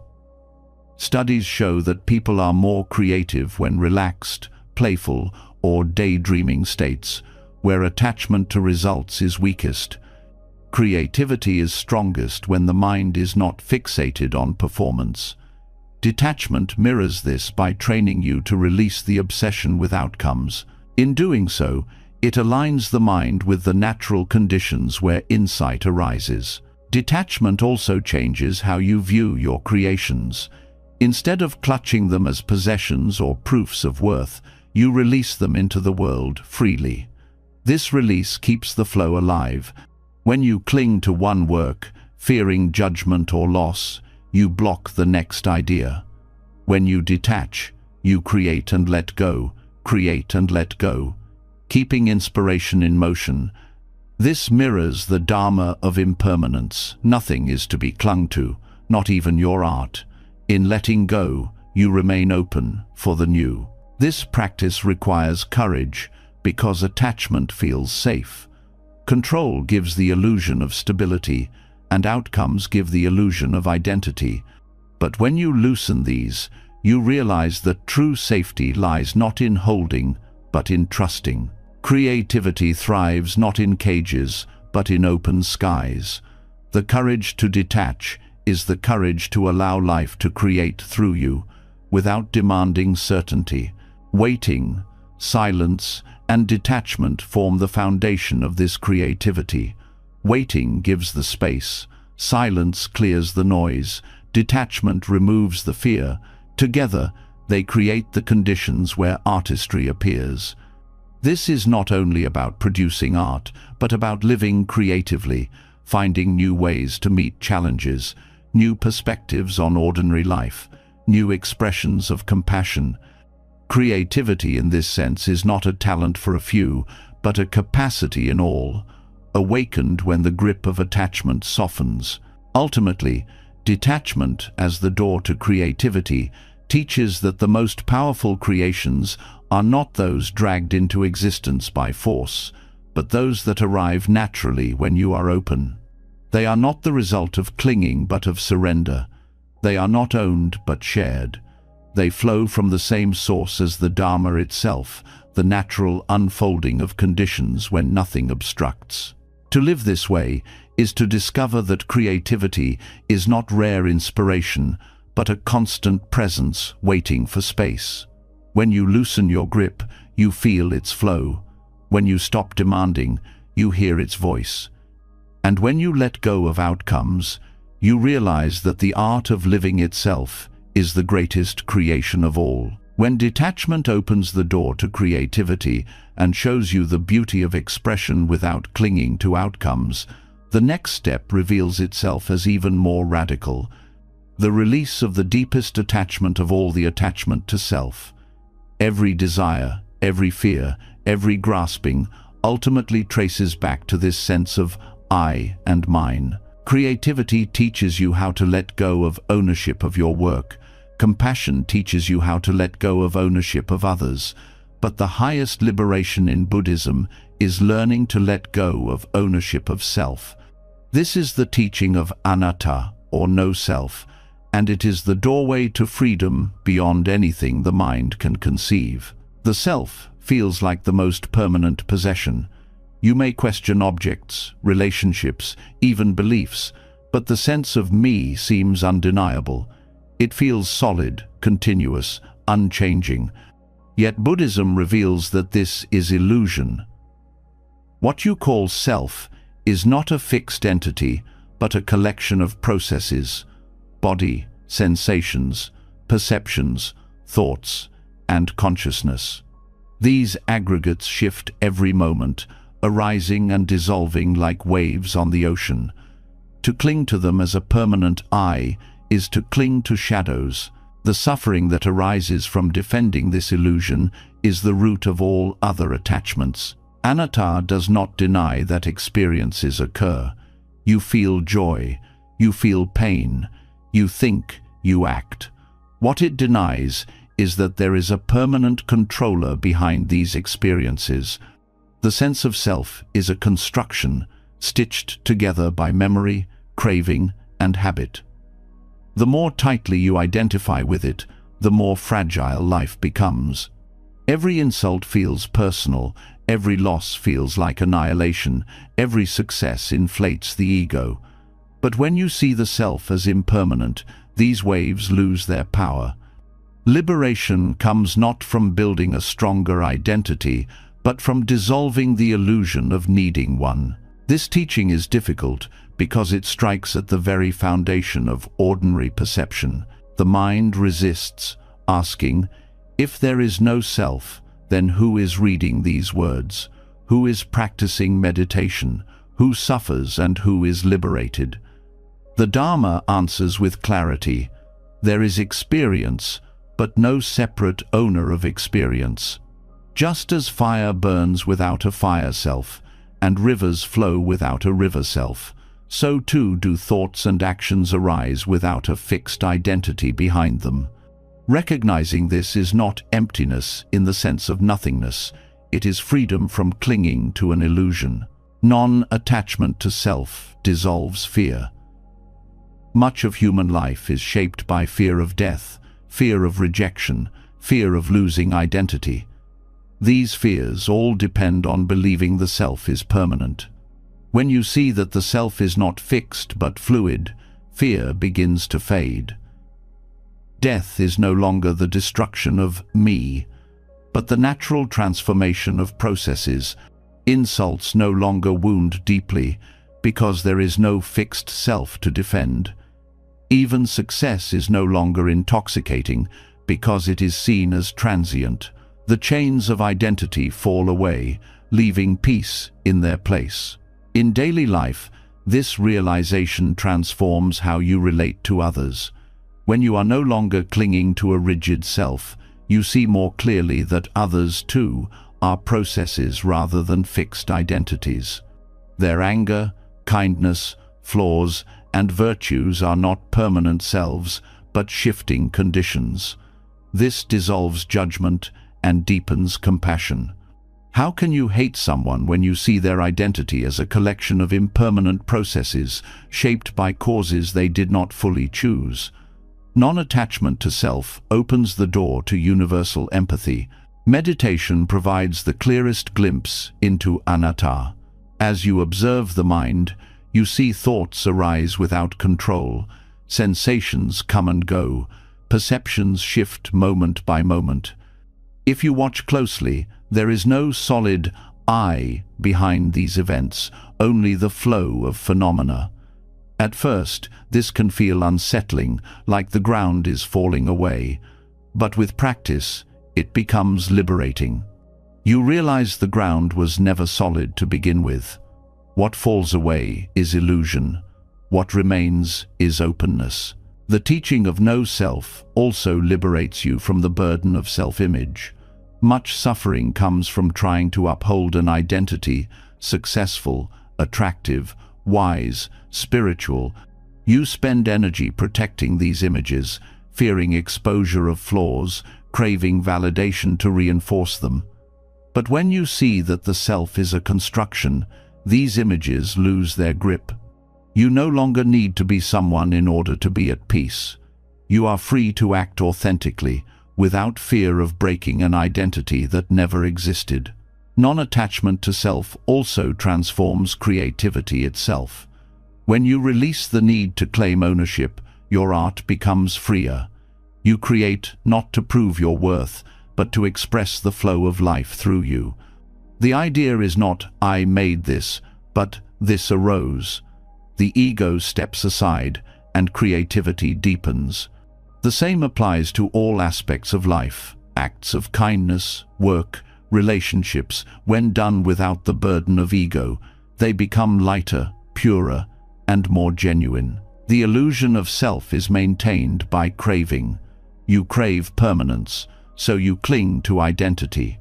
You crave recognition, so you build an image. You crave control, so you invent the idea of a self that can master reality. Seeing through this illusion dissolves craving at its root. When there is no me to protect or glorify, the cycle of desire begins to quiet. What replaces it is not emptiness, but spaciousness. Life is lived without the weight of constant self-concern. Non-attachment to self also brings equanimity in the face of change. Without clinging to identity, change is not a threat. Losing a job, aging, shifting roles, All of these are seen as natural transitions rather than attacks on the self. You still act, adapt, and grow, but without panic. Identity is fluid, so change is not destruction, it is simply transformation. This equanimity allows you to meet life's shifts with peace rather than fear. The Buddha emphasized that anatta is not a philosophy to be debated, but a truth to be realized. Intellectual understanding is not enough. Only through direct observation in meditation does the illusion of self truly dissolve. And when it does, suffering weakens at its root. This is why non-attachment to self is the deepest liberation. All other detachments free you from outer bonds, but this one frees you from the inner cage of ego itself. Ultimately, to live without attachment to self is to live with vast freedom. You no longer carry the heavy armor of identity.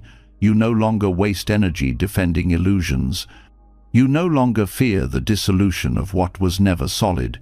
Instead, you live openly, compassionately, creatively, present in each moment without clinging. This is not annihilation, it is awakening. It is discovering that what you thought was self was never the source of peace.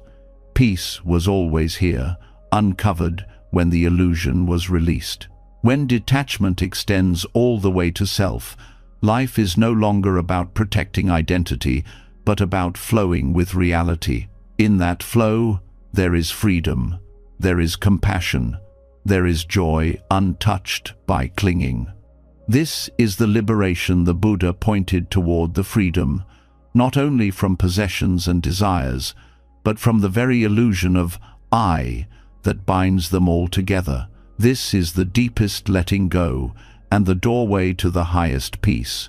When the illusion of self loosens and the heart learns to rest without clinging to identity, another layer of truth quietly reveals itself. Not everything you long for is meant to come, and not every path you imagine will open. At first, this feels like loss, as though life has denied you something essential. But with deeper vision, you begin to see that absence itself carries a hidden blessing. There is a subtle joy in non-arrival, a relief in realizing that the things you thought you needed to complete, you were never required for your wholeness. The mind is trained to measure fulfillment by arrival. Success means achieving goals. Happiness means obtaining desires. Peace means reaching destinations. Yet in reality, many of the things you chase never arrive, or if they do not appear in the form you expected. When you cling to arrival as proof of meaning, disappointment feels inevitable. But when you release this demand, you discover a paradox. Non-arrival frees you. It shows you that life is not defined by the checklist of outcomes, but by the richness of being present. Absence is not emptiness in the sense of lack, it is space. The job that did not appear may have spared you from confinement in a path that was never yours. The relationship that never blossomed may have opened you to deeper self-understanding or to connections more aligned with truth. The dream that did not manifest may have saved you from a future shaped by craving rather than wisdom. Non-arrival protects as much as arrival provides. To see this is to realize that blessings are often hidden in what does not come. This shift changes how you hold desire itself. When you accept that not all desires will arrive, longing loses its sting. You still feel it, but you no longer believe it defines your worth or future. Longing becomes softer, lighter. You can smile at it, honor it, and let it pass without despair. Non-arrival becomes a teacher, showing you that peace is possible even when the world does not meet your demands. Non-arrival also reveals impermanence in another form. What you expect is not guaranteed, and what you receive is often unexpected. This uncertainty is not cruelty, it is truth. By resting in it, you discover resilience. You no longer collapse when things do not unfold as planned. You see that meaning is not tied to the arrival of specific outcomes, but to the openness of meeting each moment as it comes. The joy of non-arrival is subtle because it does not come with fanfare. It comes quietly, often years later, when you look back and realize that what did not arrive allowed space for something else. You see that a rejection opened a better door, that an absence cleared the way for growth, that an unanswered longing taught you strength you would never have found otherwise. This joy is not loud, but deep. It comes not from getting what you wanted, but from realizing you are whole, even without it. In meditation, you meet non-arrival constantly. You sit expecting peace, clarity, or insight. Sometimes they do not come. Instead, you meet restlessness, distraction, or boredom. But if you release the demand for arrival, you discover presence itself. The joy of simply being, without the arrival of special states, is profound. This lesson extends into life. Fulfillment is not tied to the arrival of ideal conditions, but to the awareness of what is here now. Non-arrival also humbles the ego. The ego wants constant affirmation through achievements, possessions, or recognition. When these do not arrive, the ego feels wounded. But this wound can be a gateway. It shows you that your worth is not dependent on outcomes. It teaches you to rest in being rather than in accomplishment. This humility is freedom. You are no longer enslaved to the endless chase for arrival because you see that peace does not depend on it. The Dharma invites you to see non-arrival not as failure, but as part of the unfolding. Just as some seeds never sprout, not every longing becomes reality. Yet, this does not diminish the field of life, it enriches it. For the space left by non-arrival is the ground where awareness grows. It pushes you inward, toward wisdom, rather than outward toward endless craving. The absence itself becomes practice, teaching you to rest in presence instead of in promise. Relationships reveal this truth clearly. Not every bond will deepen, not every love will be returned. Yet the absence of what you imagined does not mean absence of love. It may lead you to see love in broader forms through friendship, community, compassion for strangers, or connection with life itself. The heart expands when it stops demanding arrival in one form. Non-arrival becomes the doorway to a wider, freer love. Even suffering is shaped by non-arrival. Much of your pain arises not from what is present, but from what is absent. Opportunities not taken, words not spoken, moments not lived. But when you see that life could never give you every possibility, you stop clinging to ghosts. You begin to value the paths you did walk, instead of being haunted by the ones you did not. In this way, non-arrival becomes a teacher of gratitude. The subtle joy of non-arrival is not about rejecting dreams or abandoning effort. It is about releasing the demand that every effort must bear fruit. You still plant seeds, you still live with sincerity, but you stop measuring life by what arrives. You discover peace in the planting itself, joy in the journey itself. Arrival becomes a gift, not a requirement. Non-arrival becomes a teacher, not a punishment. Ultimately, the Dharma of non-arrival shows that freedom is not in achieving every desire, but in realizing you do not need to. Life is vast, unpredictable, full of arrivals and absences alike. When you stop clinging to what did not come, you open to the richness of what is here. The joy is subtle because it is not tied to gain, but to release. It is the quiet happiness of knowing that your wholeness does not depend on arrival. When you live this truth, absence no longer feels like loss. It feels like space, like possibility, like hidden blessing. The joy of non-arrival is not the joy of getting everything you want, but the joy of realizing you are free from needing it. And in that freedom, even absence shines. When the quiet blessing of non-arrival is finally understood, Another danger becomes easier to see: the temptation to make even spirituality itself into something to grasp. If the mind cannot get what it longs for in one place, it often shifts its craving elsewhere, and spiritual practice becomes the next target.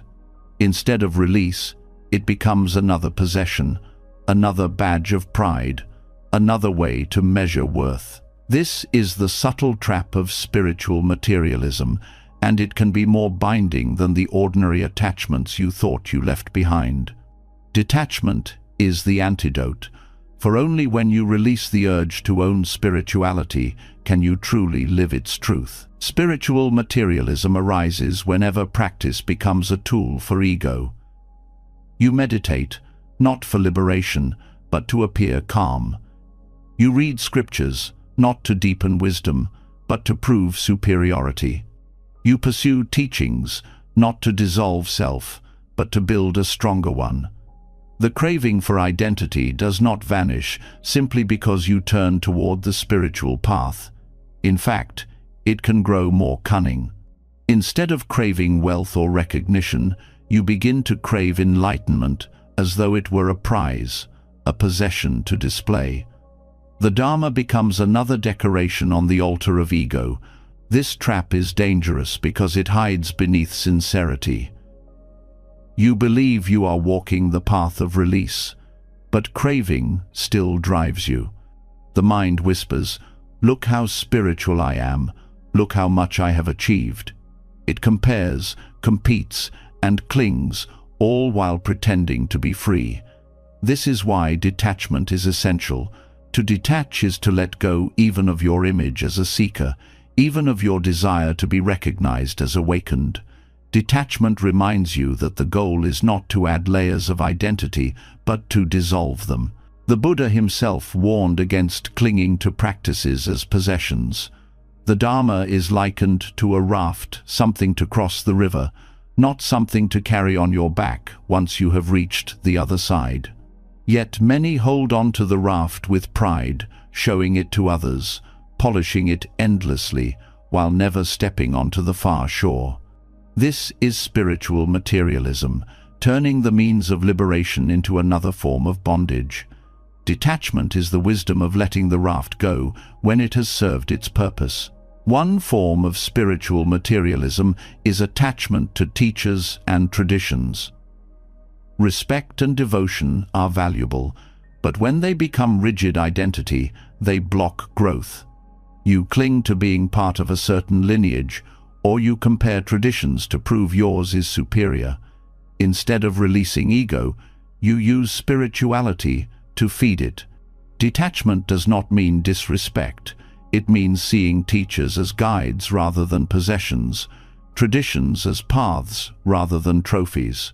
Another form is attachment to experiences, a vision in meditation, a feeling of bliss, a moment of deep silence.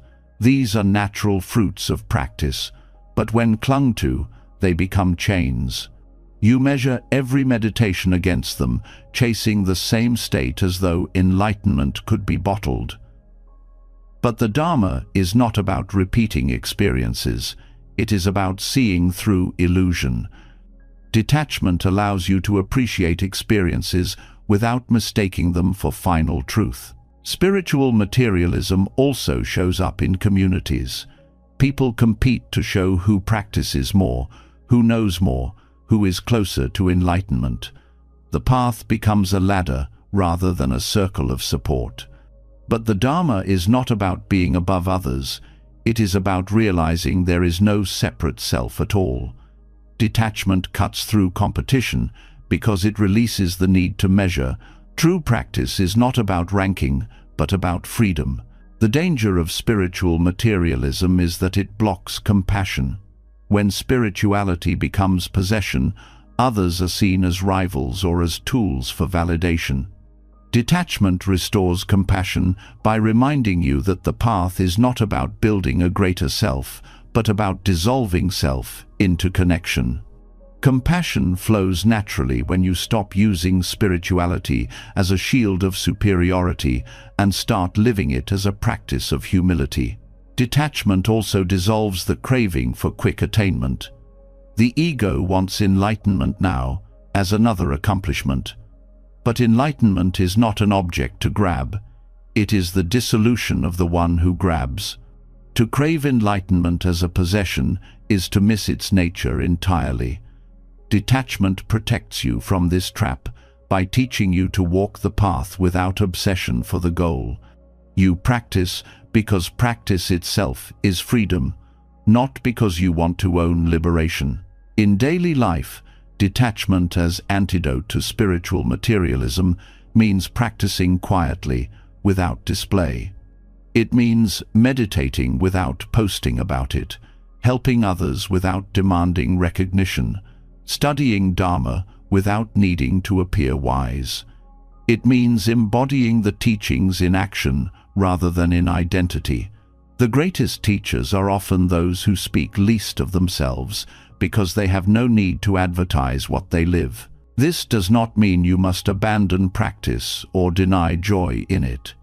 It means holding it lightly without turning it into proof of self. You bow to the Dharma, but you do not cling to being a Dharma person. You chant, meditate, or serve, but you do not use these as ornaments of ego. Detachment transforms practice from decoration into liberation. Meditation itself is training against spiritual materialism. Each time a thought arises, I am doing well, I am failing, I am progressing, you see it and release it. You learn to practice without making an identity out of practice. Over time, this carries into life. You no longer define yourself by being spiritual or unspiritual.